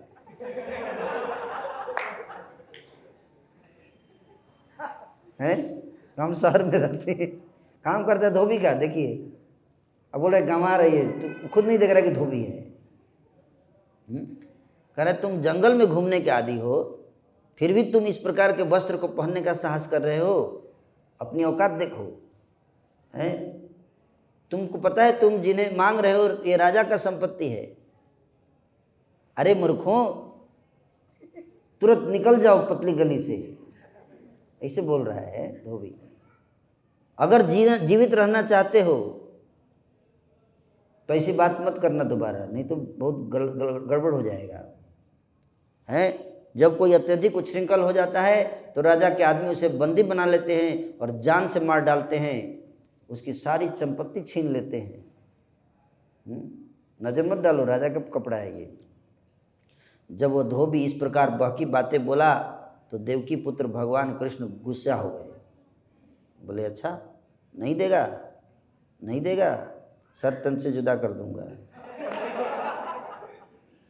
हैं, उन्होंने अपनी उंगलियों के अगले भाग से ऐसे ऐसे देखिए, ऐसे कैसा, एक उंगली के अगले भाग से ऐसे किया, ऐसे अगले भाग से उन्होंने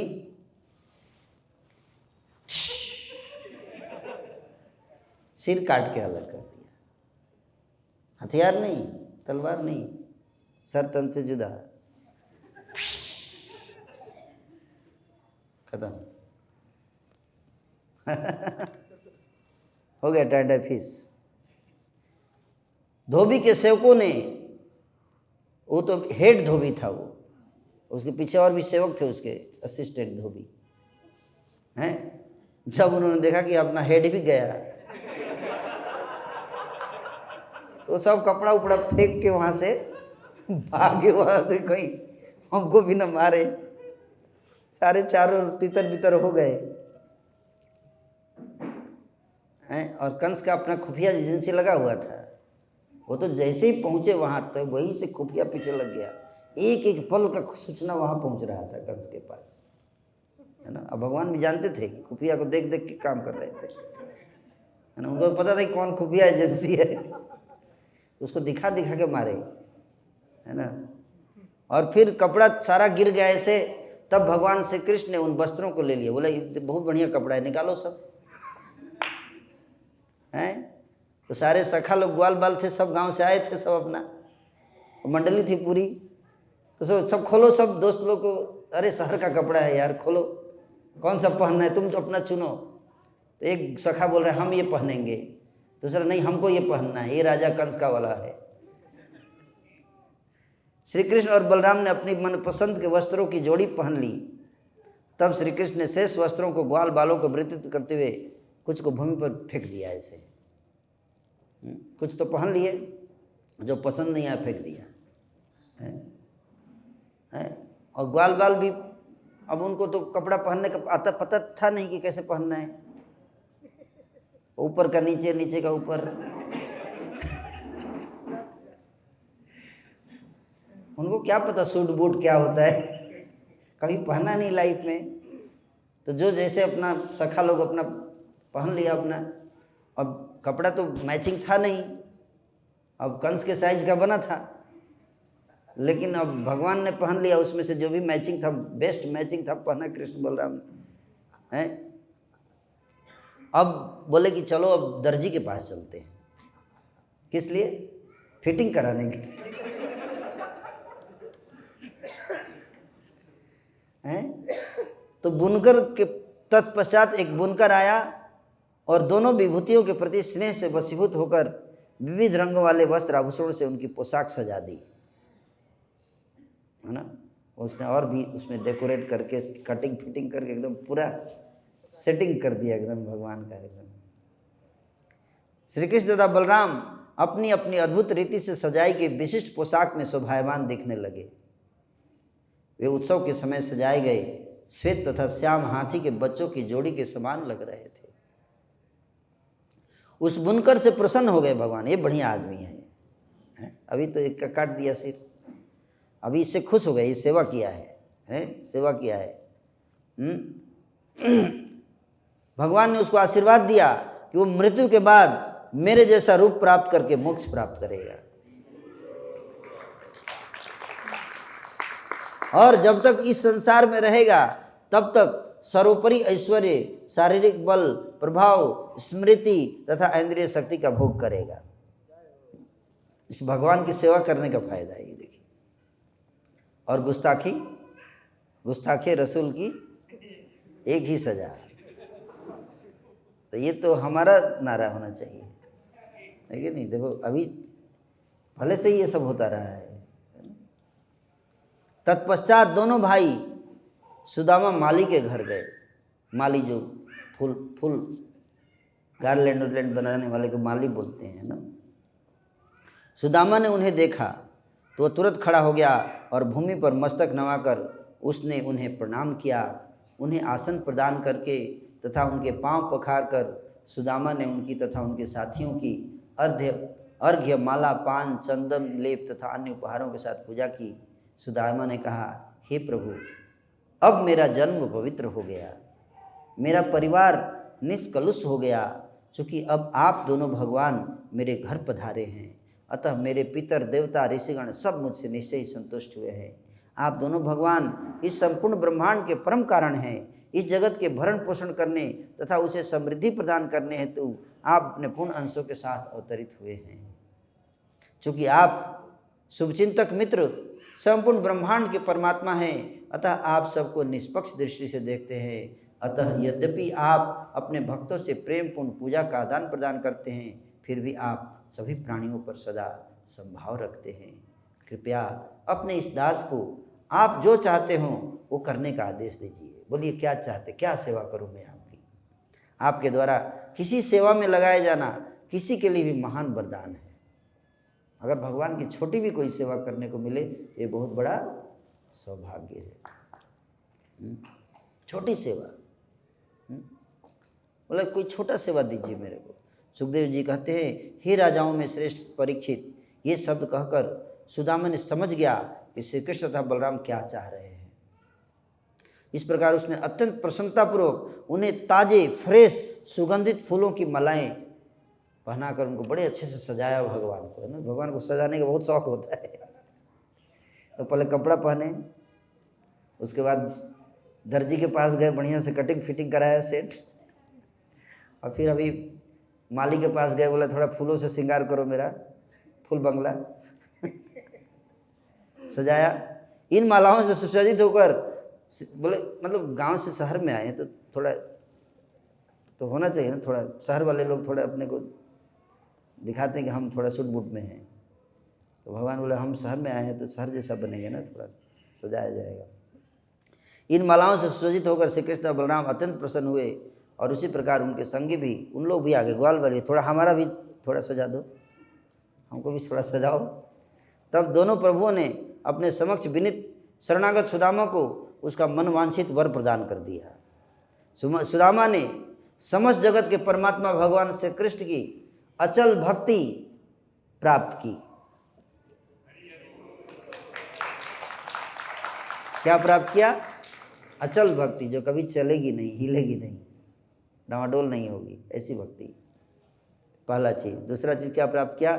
उनके भक्तों के साथ मित्रता का वरदान प्राप्त किया, भक्तों से झगड़ा नहीं करेगा कभी, है, ये सेकंड वरदान मिला है। और तीसरा वरदान, सारे जीवों के प्रति उसके हृदय में करुणा रहेगा, ये वरदान प्राप्त किया। 3 वरदान हैं। क्या? पहला, भगवान के प्रति प्रेम, भक्तों के प्रति मित्रता, और जीवों के प्रति दया। ये 3 तो चाहिए। भगवान श्री कृष्ण ने सुदामा को न केवल ये वर दिए, अपितु उन्होंने उसे बल भी दिया, दीर्घायु, यश, कांति, उसका परिवार के सतत वृद्धिमान होने वाली समृद्धि भी प्रदान की। मतलब बहुत धन भी दिया उसको। भगवान की कृपा मिलती है तो फिर क्या असंभव है।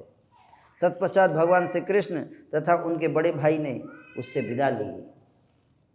तो इस प्रकार से भगवान जो हैं वो मथुरा में भ्रमण किए। सुखदेव जी कहते हैं, जब श्री भगवान माधव राजमार्ग पर जा रहे थे तो उन्होंने एक जुआ कुबड़ी स्त्री को देखा।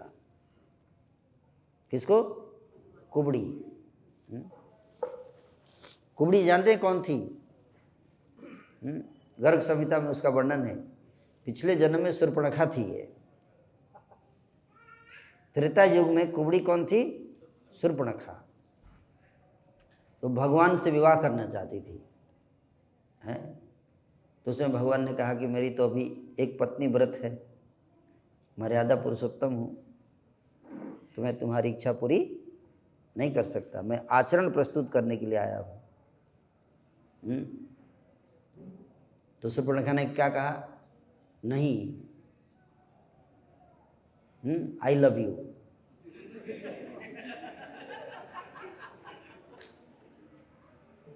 तो भगवान बोले अरे तो ये हम भारत वाले हैं, इंडिया में ये सब वैदिक कल्चर में सब नहीं होता है, विवाह हो गया तुम नहीं तो बड़ा आई लव यू नहीं। तो वो बोलती है हम तो वेस्टर्न कल्चर से है, चलता है सब, वहाँ सब चलता है, छोड़ो इसको सीता फिदा को, हैं छोड़ो इसको। भगवान बोले देखो ऐसा रास्ता निकाल दे तुम्हारा भी काम हो जाए हमारा भी काम हो जाए। वो हमारा भाई है एक, वो पत्नी के बिना है ना, मेरी तो पत्नी है यहाँ, तो उधर जाओ तुम्हारा काम भी हो जाएगा। अब देखो उसको प्रेम नहीं था, प्रेम होता तो उधर क्यों जाती, है ना, उसको तो काम वासना थी। तो लक्ष्मण के पास गई, बोली तुम मेरा इच्छा पूरी करो। तो लक्ष्मण भी भगा दे, भाग यहाँ से। तब फिर वापस आई, तो इधर उधर पेंडुलम की तरह। तो लक्ष्मण जी ने उसका नाक काट दिया। तो उसने बाद में शूर्पणखा के बारे में वर्णन की, बाद में तो चली गई रावण के पास, जाके आग लगाया। फिर शूर्पणखा जाके बोले कि इतनी सुंदर स्त्री सीता थी, तो मैंने सोचा कि ये बनवासी के साथ क्या कर रही, इतनी सुंदर स्त्री तो मेरे भैया के साथ होनी चाहिए। भैया मैं तुम्हारे लिए उसको लेने गई थी, अपने भाई के लिए इतनी सुंदर स्त्री को उठाकर ला रही थी। झूठ बोल रही है जाके वहाँ, इसलिए विश्वास नहीं करना चाहिए, हैं झूठ बोल रही है। रावण बोला तेरा नाक कैसे कट गया, तो बोलती तुम्हारे कारण कटा है। तो कैसे, वो सुंदर स्त्री थी, मैं तुम्हारे लिए लेके आ रही थी गिफ्ट, उसको उठाने गई तो उन लोगों ने मेरा नाक काट दिया। ये नहीं बोल रही कि मैं गई थी, है ना, अपनी काम वासना की तृप्ति के लिए, ऐसे नहीं बोल रही है। और उन्होंने ऐसा नहीं, उन्होंने मेरा नाक ही नहीं काटा है, वो ये भी बोले कि तेरा भाई रावण क्या कर लेगा हमारा। वो जाके रावण को आग लगा रही, बोले मैंने बोला कि तुम जानते हो मेरा भाई रावण है, तो हंसने लगे। हा हा हा हा, वो रावण, नालायक रावण, नपुंसक रावण, ऐसे बोला उन्होंने। तब तो रावण को गुस्सा आया ऐसा। शूर्पणखा जैसी बहन, रावण जैसा भाई, उसको आग उग लगा के फिर, लेकिन उसके मन में तीव्र वासना थी, भगवान राम से आकर्षण था। वो वहाँ से चली गई पुष्कर क्षेत्र। पुष्कर क्षेत्र में जाकर उसने 100 वर्षों तक तपस्या किया भगवान शिव का। शिव जी प्रकट हुए तो वरदान मांगा कि राम को मैं अपने पति रूप में प्राप्त करना चाहती हूँ। तो शिव जी ने उसको वरदान दिया, तब वो अगले जन्म में कुबड़ी बनी है, अभी आएगी, है ना, कुबड़ी। तो भगवान तो समझ गए कि ये वही है, क्योंकि उनको तो सब याद रहता है। जब श्री भगवान माधव राजमार्ग पर जा रहे थे तो उन्होंने एक जुआ कुबड़ी स्त्री को देखा जिसका मुखमंडल बहुत सुंदर था, लेकिन शरीर क्या था, कुबड़ा था। मुख बहुत सुंदर, शरीर कुबड़ा है। वह सुगंधित लेप को थाल लिए हुए जा रही थी। लेप मतलब चंदन, चंदन लगाते थे पहले लोग ना, उससे दोनों चीज़, चंदन में 2 गुण होता है, एक तो शीतल और दूसरा सुगंध, दोनों होता है, इसलिए गर्मी में दोनों की ज़रूरत पड़ती है ना, शरीर से बहुत बदबू आता है और गर्मी होती है, तो इसलिए पहले लोग चंदन लगाते थे। तो चंदन लेके जा रही थी, हालांकि वो जा रही थी कंस के पास, चंदन कंस को लगाने के लिए, कंस को लगाती थी चंदन। प्रेम के आह्लाद के प्रदाता ने हंसकर उससे इस प्रकार पूछा, तो भगवान तो देखे पहचान गए। तो प्रेम के आह्लाद के प्रदाता, भगवान भी सोचे थोड़ा मजाक करते हैं इससे, तो क्या कहते हैं, भगवान कहते हैं हे सुंदरी तुम कौन हो। क्या करे, हे सुंदरी तुम कौन हो।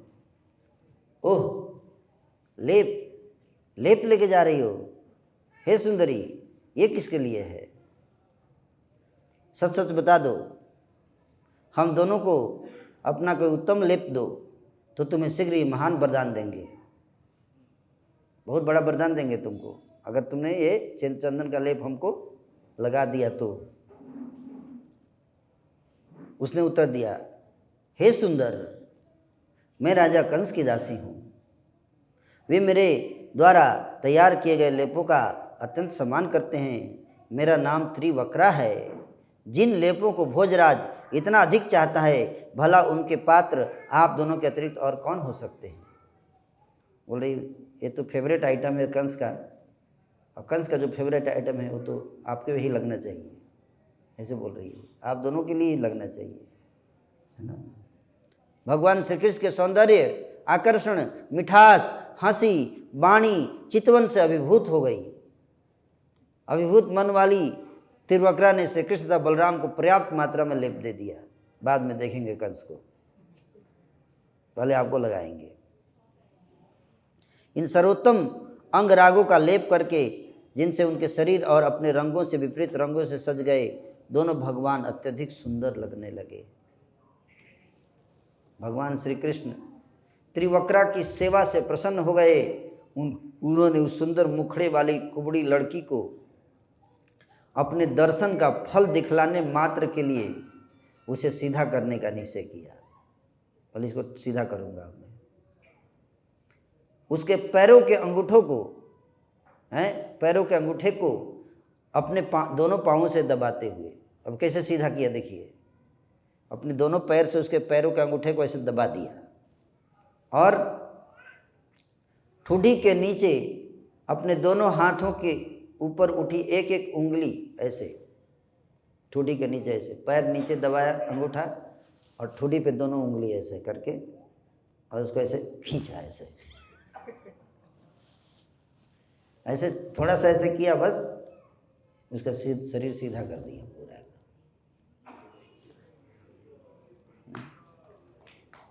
ये भगवान तो हमारा भी शरीर सीधा कर देंगे, दिमाग तो कर ही देंगे शरीर में। अब सौंदर्य, आचरण तथा उदारता से युक्त त्रिवक्रा को भगवान केशव के प्रति काम इच्छा का अनुभव होने लगा, आकर्षित हो गई। वह उनके अंग वस्त्र को छोर को पकड़कर हंसने लगी, वहीं सबके बीच में ही कपड़ा पकड़ के खींचने लगी, हंसने लगी। इस प्रकार बोली, हे वीर, आ जाओ, मेरे घर चलो, मैं आपको यहाँ छोड़कर जा नहीं सकती। हे नरश्रेष्ठ, कृपया मुझ पर तरस खाओ, क्योंकि आपने मेरे चित्त को उद्वेलित कर डाला है। कृष्ण बोले, क्या तुम मुझे अपने घर खाने के लिए बुला रही हो? बोलती है, बस समझ जाइए, मैं आपको यहाँ छोड़ नहीं सकती। कृष्ण बोले, किंतु यहाँ राजमार्ग पर चलने वाले लोग तुम्हारे कहने का कुछ और अर्थ लगाकर हंसेंगे, इसलिए तुम ऐसा मत कहो। त्रिवक्रा, मैं मेरे मन को उद्वेलित होने से रोक नहीं सकती हूँ। आपने मेरा स्पर्श करने की भूल जो कर दी है, ये मेरा दोष नहीं है। आपने मेरे को टच कर दिया है और टच करने के कारण अब मेरे मन में जो भी भावनाएं हैं, अब उसको मेरे ब्लेम नहीं है, आपका दोष है। स्त्री द्वारा इस प्रकार अनुनय विनय किए जाने पर भगवान श्री कृष्ण ने बलराम की ओर देखा। भैया जी हैं, बोले बलराम बड़े भाई है, उसके सामने ऐसे कर रही है, ऐसे ठीक नहीं है। बलराम जी इस घटना को देख रहे थे और तब ग्वाल मित्रों के मुखों पर दृष्टि डाली। फ्रेंड्स, तब हंसते हुए भगवान श्री कृष्ण ने उसे इस प्रकार उत्तर दिया, हे सुंदर भौहों वाली स्त्री, अपना काम पूरा करते ही मैं अवश्य तुम्हारे घर आऊँगा। भले जिस मिशन के लिए आया हूँ वो काम कर लेता हूँ, फिर आऊँगा। खातिरदारी बाद में, पहले काम, है ना, खाना पीना बाद में, ये सब है मिशन जिसके लिए आया हूँ। जहाँ लोगों को चिंता से मुक्ति मिल सकती है, निसंदेह तुम जैसे बेघर पथिकों के लिए सर्वोत्तम आश्रय हो। तुम हम जैसे बेघर पथिकों के लिए सर्वोत्तम आश्रय हो। इस प्रकार मीठी बातें करके उसे विदा लेकर भगवान श्री कृष्ण मार्ग पर आगे बढ़े। और बाद में कंस को मारने के बाद भगवान त्रिवक्रा के घर गए, है ना, उसकी इच्छा पूरी करने के लिए। रास्ते भर व्यापारियों ने पान, मालाएं तथा सुगंधित द्रव्य से युक्त नाना प्रकार के सुंदर भेंटें अर्पित करके उनकी तथा उनके बड़े भाई की पूजा की। तो कल गाजियाबाद में बहुत सारे व्यापारी लोग होंगे, रास्ते में कुछ करेंगे, पूजा वूजा हैं। भगवान श्री कृष्ण के दर्शन से नगर की नारियों के हृदय में कामदेव जाग उठा। इस प्रकार क्षुब्ध होकर उन्होंने अपने शुद्ध बुद्ध खो दी। उनके परिधान, लट, कंगन ढीले पड़ जाते और वे चित्र में बनी आकृति से स्तब्ध खड़ी रह जाती। तत्पश्चात भगवान श्री कृष्ण ने स्थानीय लोगों से वह स्थान के विषय में पूछा जहाँ धनुष यज्ञ होना था। बोले धनुष यज्ञ कहाँ होना है, थोड़ा बताओ। जब वे वहाँ गए तो उन्होंने विस्मयकारी धनुष देखा, जो बहुत बड़ा धनुष था, इंद्र के धनुष जैसा धनुष था। छोटा धनुष नहीं था। जो सीता के स्वयंवर में जो धनुष था उसी के समान धनुष था। ये भी मथुरा का जो धनुष था वो उसी जैसा धनुष था जो सीता के स्वयंवर के लिए महाराज जनक ने रखा था। 3 धनुष बनाया था दधी जी की हड्डी से। 3 धनुष बना था, उसमें से एक धनुष जो है वो त्रिपुरासुर का वध करने के लिए शिव जी को दिया गया था। तीनों धनुष, उसमें से एक धनुष जो है वो सीता के स्वयंवर में टूटा और दूसरा धनुष ये धनुष जो है वो परशुराम जी ने दिया था कंस को। जब कंस जो है दिग्विजय के लिए निकला था तो महेंद्रगिरी पर्वत पर गया और उसने, परशुराम जी ऊपर बैठे हुए थे, उसने पर्वत को उठा के ऐसे दोनों भुजाओं से उठा के हिलाने लगा। परशुराम जी को गुस्सा आ गया कि अपना बल दिखा रहा है। उन्होंने ऐसे पैर के अंगूठे से दबाया पर्वत को, ऊपर बैठे बैठे, और कंस का हाथ नीचे दब गया और काएं काएं करने लगा। और परशुराम जी और दबा रहे हैं, मजा आ रहा है, बल दिखा रहे थे। तो बहुत रोने लगा, बहुत रोने लगा। तब उन्होंने छोड़ा उसको। फिर आके उसने प्रणाम किया, है ना, तो बोले कि बंदरिया के बच्चे हैं, अभी तेरा काम तमाम कर दूंगा, तो जानता नहीं है मेरे को। तो कंस जो है उसको प्रणाम के उनकी परिक्रमा किया, है ना, क्षमा मांगा, है ना, कि हमको क्षमा कर दीजिए, हमसे गलती हो गया, है ना, विनम्रता से बात किया। तो परशुराम जी तो जानते ही थे कि इसका बाद में पिटाई होने वाला है, अभी छोड़ देता हूँ उसको। तो उन्होंने धनुष दिया, है ना, वो धनुष कंस को दिया। बोला इस पर प्रतिज्ञा चढ़ाओ, प्रतिज्ञा चढ़ाओ इस पर। तो उसने फटाक से 100 बार प्रतिज्ञा चढ़ा दिया। एक बार ज़्यादा दिखाता था ना अपने बल को। उन्होंने बोला एक बार चढ़ाओ, उसने 100 बार चढ़ा दिया फटाक। बोले ठीक है, मैं बहुत प्रसन्न हूँ तुमसे। उन्होंने बोला तुमको धनुष दे रहा हूँ, लेकिन याद रखना ये धनुष जो व्यक्ति तोड़ेगा इस धनुष को, प्रतिज्ञा चढ़ाएगा और तोड़ेगा, वही तेरे को भी तोड़ेगा।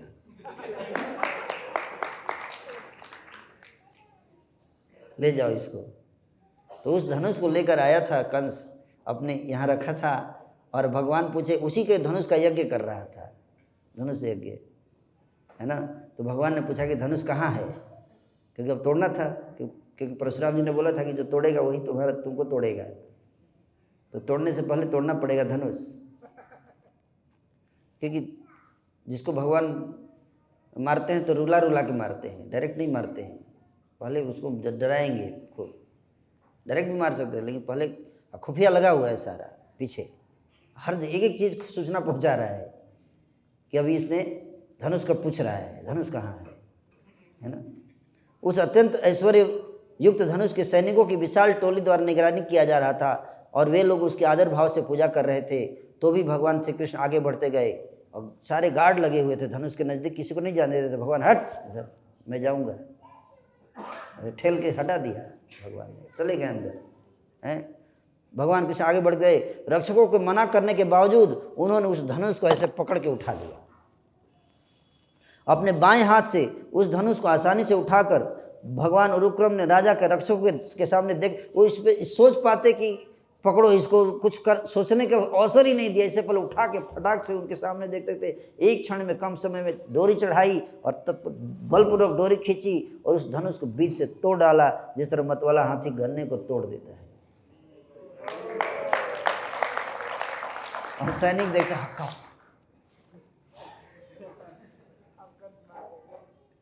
हो गया यज्ञ खत्म, धनुष यज्ञ खत्म। धनुष के टूटने की ध्वनि पृथ्वी तथा आकाश के समस्त दिशाओं में भर गई। इसे सुनकर कंस भयभीत हो उठा। तब क्रुद्ध रक्षकों ने अपने अपने हथियार उठा लिए और भगवान श्री कृष्ण तथा उनके संगियों को पकड़ने की इच्छा से उन्हें घेर लिया। पकड़ लो, मार डालो कहकर चिल्लाने लगे। रक्षकों को अपनी ओर दुष्टमति से आते देखकर बलराम तथा श्री कृष्ण ने धनुष के दोनों टुकड़ों को अपने हाथों में ले लिया। एक टुकड़ा कृष्ण ने लिया और दूसरा बलराम ने। बोला हथियार तो जरूरत नहीं है, ये काफ़ी है, आ जाओ, चलो आओ। अपने हाथों ले और उन सबको धनुष के दो टुकड़े से मारने लगे। दे मारे सबको काम तमाम कर दिया। कंस द्वारा भेजी गई सेना की टुकड़ी आ गई, उसको भी मारकर श्री कृष्ण बलराम यज्ञशाला के मुख्य द्वार से निकल आए और सुखपूर्वक ऐश्वर्य में दृश्य देखते हुए नगर में भ्रमण करते रहे। मारने के बाद इतने लोगों को मर्डर करके फिर चलो थोड़ा देखते हैं, थोड़ा और घूम लेते हैं मथुरा। श्री कृष्ण तथा बलराम द्वारा किए गए अद्भुत कार्य, उनके बल, साहस एवं सौंदर्य को देखकर नगरवासियों ने सोचा कि वे अवश्य ही दो मुख्य देवता हैं। जब वे इच्छानुसार विचरण कर रहे थे तब सूर्य अस्त होने लगा। अतः वे ग्वाल बालों के साथ नगर से निकलकर ग्वालों के बैलगाड़ी वाले खेमे में लौट आए। हो गया नगर भ्रमण। कितना मर्डर उडर करके नगर भ्रमण करके आगे खेमे में, चलो अब थोड़ा पड़ाव में चलते हैं, रात में बिताएंगे। वृंदावन से मुकुंद के विदा होते समय गोपियों ने भविष्यवाणी की थी कि मथुरावासी अनेक वरों को भोग सकेंगे, और अब उन गोपियों की भविष्यवाणी सत्य उतर रही थी, क्योंकि मथुरा के निवासी पुरुष रत्न भगवान श्री कृष्ण के सौंदर्य को एकटक देख रहे थे। निस्संदेह लक्ष्मी जी उस सौंदर्य का आश्रय इतना चाहती थी कि उन्होंने अनेक अन्य लोगों का परित्याग कर दिया, यद्यपि वे उनकी पूजा करते थे। श्री कृष्ण तथा बलराम के पांव धोए जाने के बाद दोनों भाइयों ने खीर खाई। खीर है फेवरेट आइटम है भगवान का। तत्पश्चात यह जानते हुए कि कंस क्या करना चाहता है, उन दोनों ने वहाँ सुखपूर्वक रात बिताई। दूसरी ओर दुर्मति राजा कंस ने जब यह सुना कि किस प्रकार खेल की भांति श्री कृष्ण तथा बलराम ने धनुष तोड़ डाला है और उसके रक्षकों तथा सैनिकों को खेल खेल में मार डाला है, तो वह अत्यधिक भयभीत हो उठा। वह देर रात तक जागकर, भगवान तो अपना खीर खा के सो गए और कंस को नींद नहीं है, पूरी रात जागते तथा सोते हुए उसने मृत्यु के दूतों वाले कई अपशकुन देखे। थोड़ा देर के लिए नींद आता, उसमें भी भयानक भूत आते थे। जब उसने अपनी परछाई देखी तो उसमें उसने अपना सिर नहीं देखा। अकारण ही चंद्रमा तथा तारे दो दो दिखने लगे। उसे अपनी छाया में छेद दिखा। उसे अपनी प्राणवायु की ध्वनि सुनाई नहीं पड़ी। वृक्ष सुनहरी आभा से प्रसन्न दिखने लगे। वह अपने पद चिन्हों को न देख सका। उसके स्वप्न में देखा कि भूत प्रेत उसका आलिंगन कर रहे हैं, गधे पर सवार है, विष पी रहा है। यही नहीं, अड़हुल फूलों की माला पहने तेल पोते एक नग्न व्यक्ति उधर से जा रहा है। इन तथा अन्य ऐसे अपशकुनों को स्वप्न में तथा जागते हुए देखकर कंस अपनी मृत्यु की संभावना से भयभीत था और चिंता के कारण वह सो न सका। तो ये सब अपशकुन, ऐसे सपने आए तो समझ जाइए गड़बड़ होने वाला है। जब अंततः रात बीत गई, सूर्य पुनः जल में से ऊपर निकला, तो कंस विशाल कुश्ती उत्सव दंगल का आयोजन करने लगा। राजा के आदमियों ने दंगल की विधिवत पूजा की, अपने ढोल तथा अन्य वाद्य बजाए और दर्शक दीर्घाओं को मालाओं, झंडियों, फीतों तथा बंदरवारों से खूब सजाया गया। नगर के निवासी तथा पड़ोसी जिलों के निवासी ब्राह्मण तथा क्षत्रियों इत्यादि के साथ आए और दीर्घाओं में सुखपूर्वक बैठ गए। स्टेडियम सज गया एकदम, सारे दर्शक दीर्घा में लोग बैठे हुए थे। राजसी अतिथियों को विशिष्ट स्थान दिए गए। अपने मंत्रियों से घिरा हुआ कंस अपने राजमंच पर आसीन हुआ, किंतु अपने विविध मंडलेश्वरों के बीच में बैठे हुए भी उसका हृदय कांप रहा था। जब कुश्ती के उपयुक्त ताल पर वाद्य यंत्र जोर जोर से बजने लगे, तो खूब सजे गर्वीले पहलवान अपने अपने प्रशिक्षकों सहित अखाड़े में प्रविष्ट हुए और बैठ गए। आनंददायक संगीत से उल्लसित होकर चाणूर, मुष्टिक, कूट, सल तथा तोसल अखाड़े की चटाई पर बैठ गए। भोजराज द्वारा बुलाए जाने पर नंद महाराज तथा अन्य ग्वालों ने उसे अपनी भेंटें पेश की और तब वे अब सब जाकर स्टेडियम में बैठ गए। और उसके बाद कृष्ण बलराम वहाँ पहुँचे। हे परम तपस्वी राजा परीक्षित, नित्य शौच कर्म से निवृत्त होकर जब श्री कृष्ण तथा बलराम ने अखाड़े में बजने वाले नगाड़े की ध्वनि सुनी, तो वे वहाँ ये देखने के लिए आए कि ये क्या हो रहा है यहाँ पे।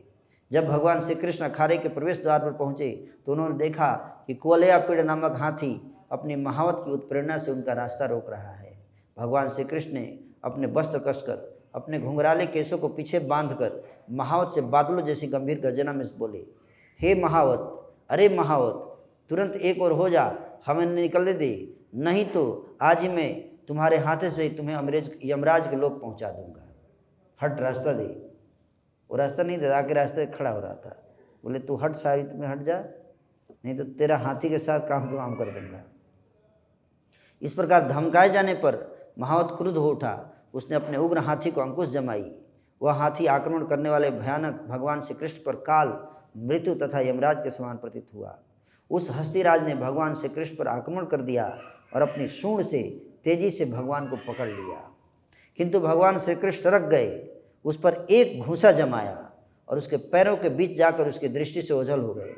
भगवान केशव को न देख पाने से क्रुद्ध हुए उस हाथी ने अपनी घ्राण इंद्रियों से उन्हें खोज निकाला। कोलयापीड़ ने एक बार फिर भगवान को अपनी सूंड से के अग्रभाग से पकड़ा, किंतु उन्होंने बलपूर्वक अपने आप को छुड़ा लिया। तब भगवान श्री कृष्ण ने बलशाली कोलयापीड़ को पूंछ से पकड़ा और खेल खेल में वे उसे 25 धनुष दूरी तक वैसे ही घसीट के ले गए जिस तरह गरुड़ किसी सांप को घसीटता है। जब भगवान अच्युत ने हाथी की पूंछ पकड़ी तो वह बाईं और फिर दाएं घूमने का प्रयास करने लगा, जिससे श्री भगवान उल्टी दिशा में घूमने लगे, जिस तरह कोई बालक किसी बछड़े की पूंछ खींचने पर घूमता है। तब श्री कृष्ण उस हाथी के सामने आए और उसे एक थप्पड़ लगाकर भाग गए। कोलयापीड़ श्री भगवान का पीछा करने लगा। वह उन्हें प्रत्येक पग पर बार बार छूता, किंतु श्री कृष्ण बचकर निकल जाते। उन्होंने उसे झांसा देकर गिरा दिया। श्री कृष्ण झुठलाते हुए खेल खेल में पृथ्वी पर गिर पड़ते और पुनः तेजी से उठ जाते। क्रुद्ध हाथी ने श्री कृष्ण को गिरा समझकर उन पर अपने दांत चुभोने चाहे, किंतु उल्टे हुए दांत धरती से जा टकराए। तो भगवान जान के लेट गए और वो जोर से ऐसे अपने दांतों से ऐसे मारा, तो मारा तो जाके भगवान तो छटक के निकल गए और दांत टूट गया उसका। जब हस्तीराज कोलयापीड़ का पराक्रम व्यर्थ गया तो वह निराशा जनित क्रोध से जल भून उठा, किंतु महावत ने उसे अंकुश मारा और उसने पुनः एक बार श्री कृष्ण पर क्रुद्ध होकर आक्रमण कर दिया। भगवान मधुसूदन ने अपने ऊपर आक्रमण करते हुए हाथी का सामना किया। एक हाथ से उसके सूंड पकड़कर श्री कृष्ण ने उसे धरती पर पटक दिया। तब भगवान श्रीहरि शक्तिशाली सिंह के ही समान आसानी से हाथी के ऊपर चढ़ गए, उसका एक दांत पकड़ के उखाड़ लिया और उसी दांत से उस जानवर को मार मार कर जानवर के साथ महावत को भी मार दिया। मरे हुए हाथी को वहीं छोड़कर भगवान श्री कृष्ण हाथी का दांत पकड़ के हाथी का दांत ऐसे कंधे पर ऐसे लेके अखाड़े में प्रवेश किए। सोचिए शोभा, उसको मर्डर करके उसी को हाथी का दांत लेके ऐसे घुसे अंदर। अपने कंधे पर हाथी का दांत रखे, उस हाथी के रक्त तथा पसीने के छींटे पड़े हुए शरीर और अपने ही पसीने की छोटी छोटी बूंदों से आच्छादित मुखारविंद के साथ भगवान परम सुशोभित लग रहे थे। हे राजन, भगवान बलदेव तथा भगवान जनार्दन दोनों ही उस हाथी के एक एक दांत को अपने चुने हुए हथियार के रूप में लिए हुए अनेक ग्वाल बालों के साथ अखाड़े में प्रविष्ट किए। तो क्या हथियार था? हाथी का दांत है, उससे पहले धनुष, टूटा हुआ धनुष। तो ऐसे ही मारपीट करते थे। भगवान हथियार सुदर्शन चक्र तो चला ही नहीं, कहाँ चलाया? वो तो जाम पड़ा हुआ था पीछे। सुदर्शन चक्र बोला हमारा कोई सेवा ही नहीं है, हाथी दांत से मारते हैं, ये सब से मारते हैं। भगवान बोला अभी रेस्ट करो तुम। और उसके बाद आगे जाके फिर लड़ाई हुआ, चाणूर, मुष्टिक, कूट, सल, तोसल सबको मारा भगवान ने, और फिर लास्ट में मामा जी का काम तो हम किया है। तो कल मुझे नहीं लगता कि किसी को मारेंगे, मारपीट वाला तो लीला नहीं होगा कल शहर देखने वाला लीला होगा। तो आप सब आइए, कृष्ण बलराम जाएंगे शहर में नगर दर्शन के लिए, और आप सब भी आइए, भगवान के साथ हम लोग भी चलेंगे नगर दर्शन के लिए। हरे कृष्ण।